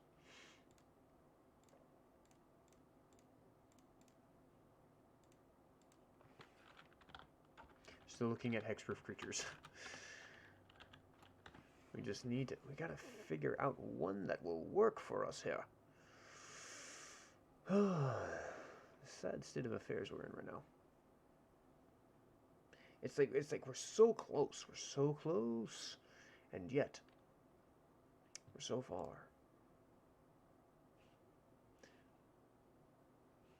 Avabrook Caretaker. This is going to be fantastic for a werewolf deck, which I am actually working on another werewolf. Well, I say another. It's a werewolf deck. It's another deck for my wife. There we go. That's there. More clarification. Let's see.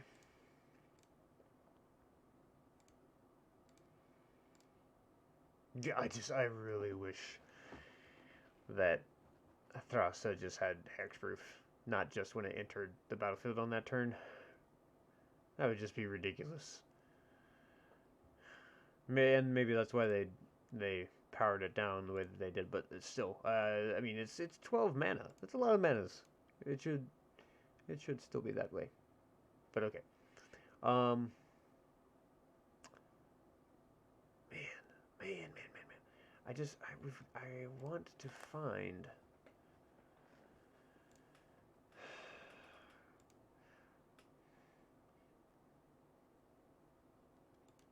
Okay.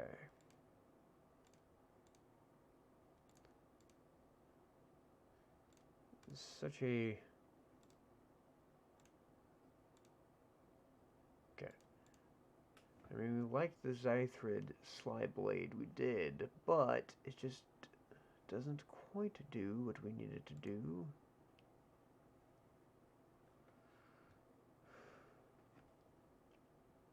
Mm.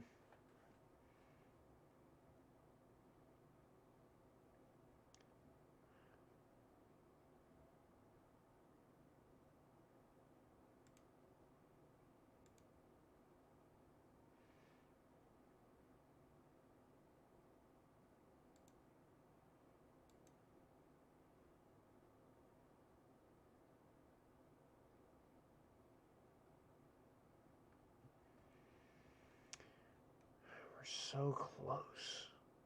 I can feel it. See, look at the stats again. Okay. We're very, very close. I can feel it. We just haven't quite figured out how to make it work.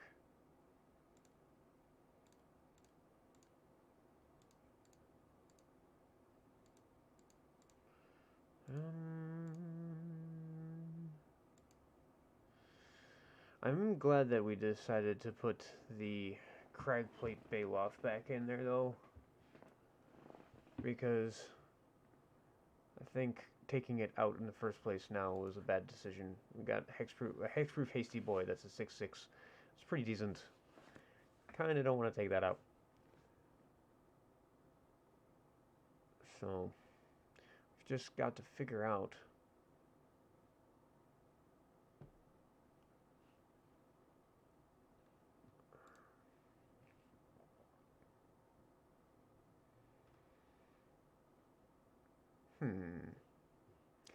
I think, let's see, how many, let's just double check how many instances we're at right now. Let's see, we've got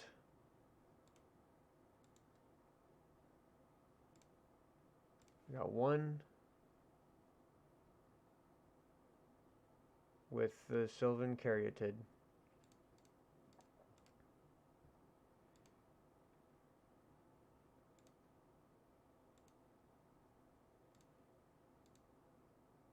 Two with Slippery Bogwonder.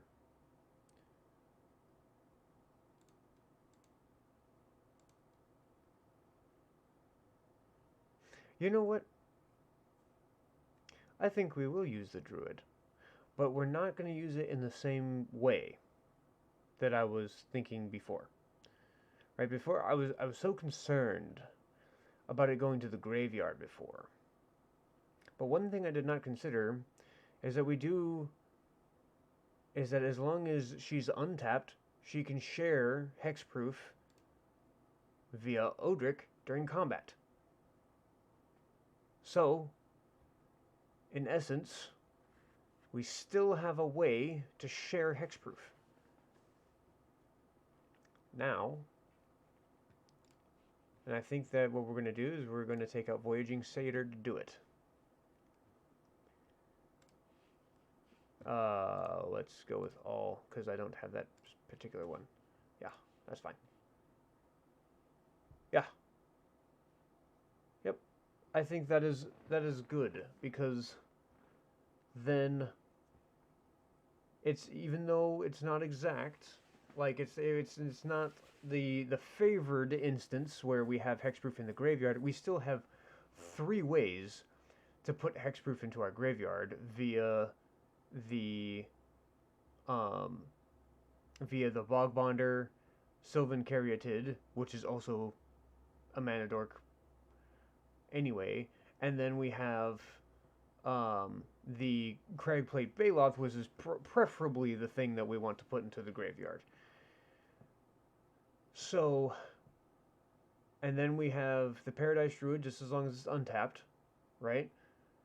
And then we have the Swiftfoot Boots, which gives us additional protection and haste anyway. It's another way to get our haste. So, I think this adjustment is the way to go. So let's see, we've got 10 cards. Nope, because we're not using that one anymore. So 1, 2, 3, 4, 5, 6, 7, 8, 9 cards that we need to swap out. And relatively inexpensive. I have another copy of Ornithopter already, as well as the Paradise Druid. I think I have another copy of Gem Razor. I'm going to have to take a look. Questing Beast I'm going to have to buy. And luckily it came down. It's now $8 according to TCG Player Mid.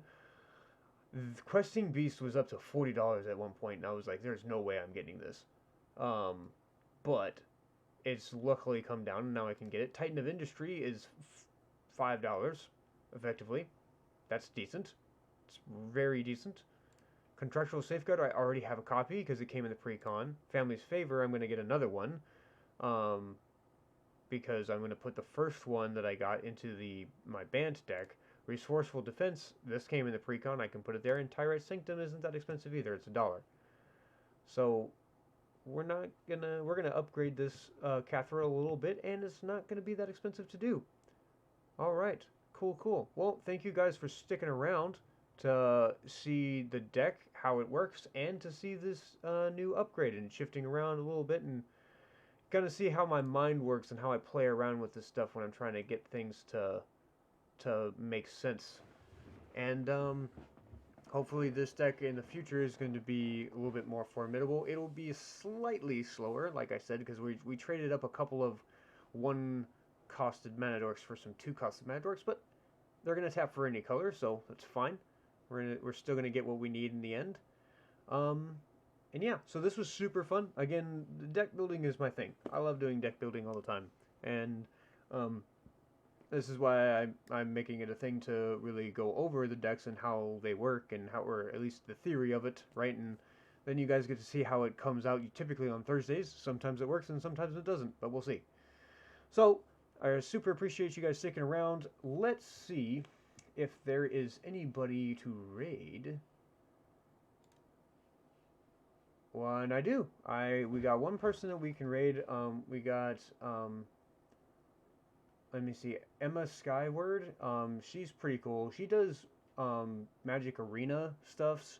I'm not really a big Magic Arena, but I mean, Magic is the same. You know, it's just the Commander's Singleton, whereas it's Arena's typically it has 60 card formats, but there is one particular version that is Singleton on there that you can try out. At least last I knew, there was one. But regardless, she's pretty cool. Definitely say hi to her for all of us coming from here, and appreciate you guys sticking around. Let's raid the chat, and then I'll be out of here for tonight, and I'll see you guys tomorrow when I do a live deck build of another deck that I've been working on for somebody else. So, alright, peace out. Let's go raid this other channel.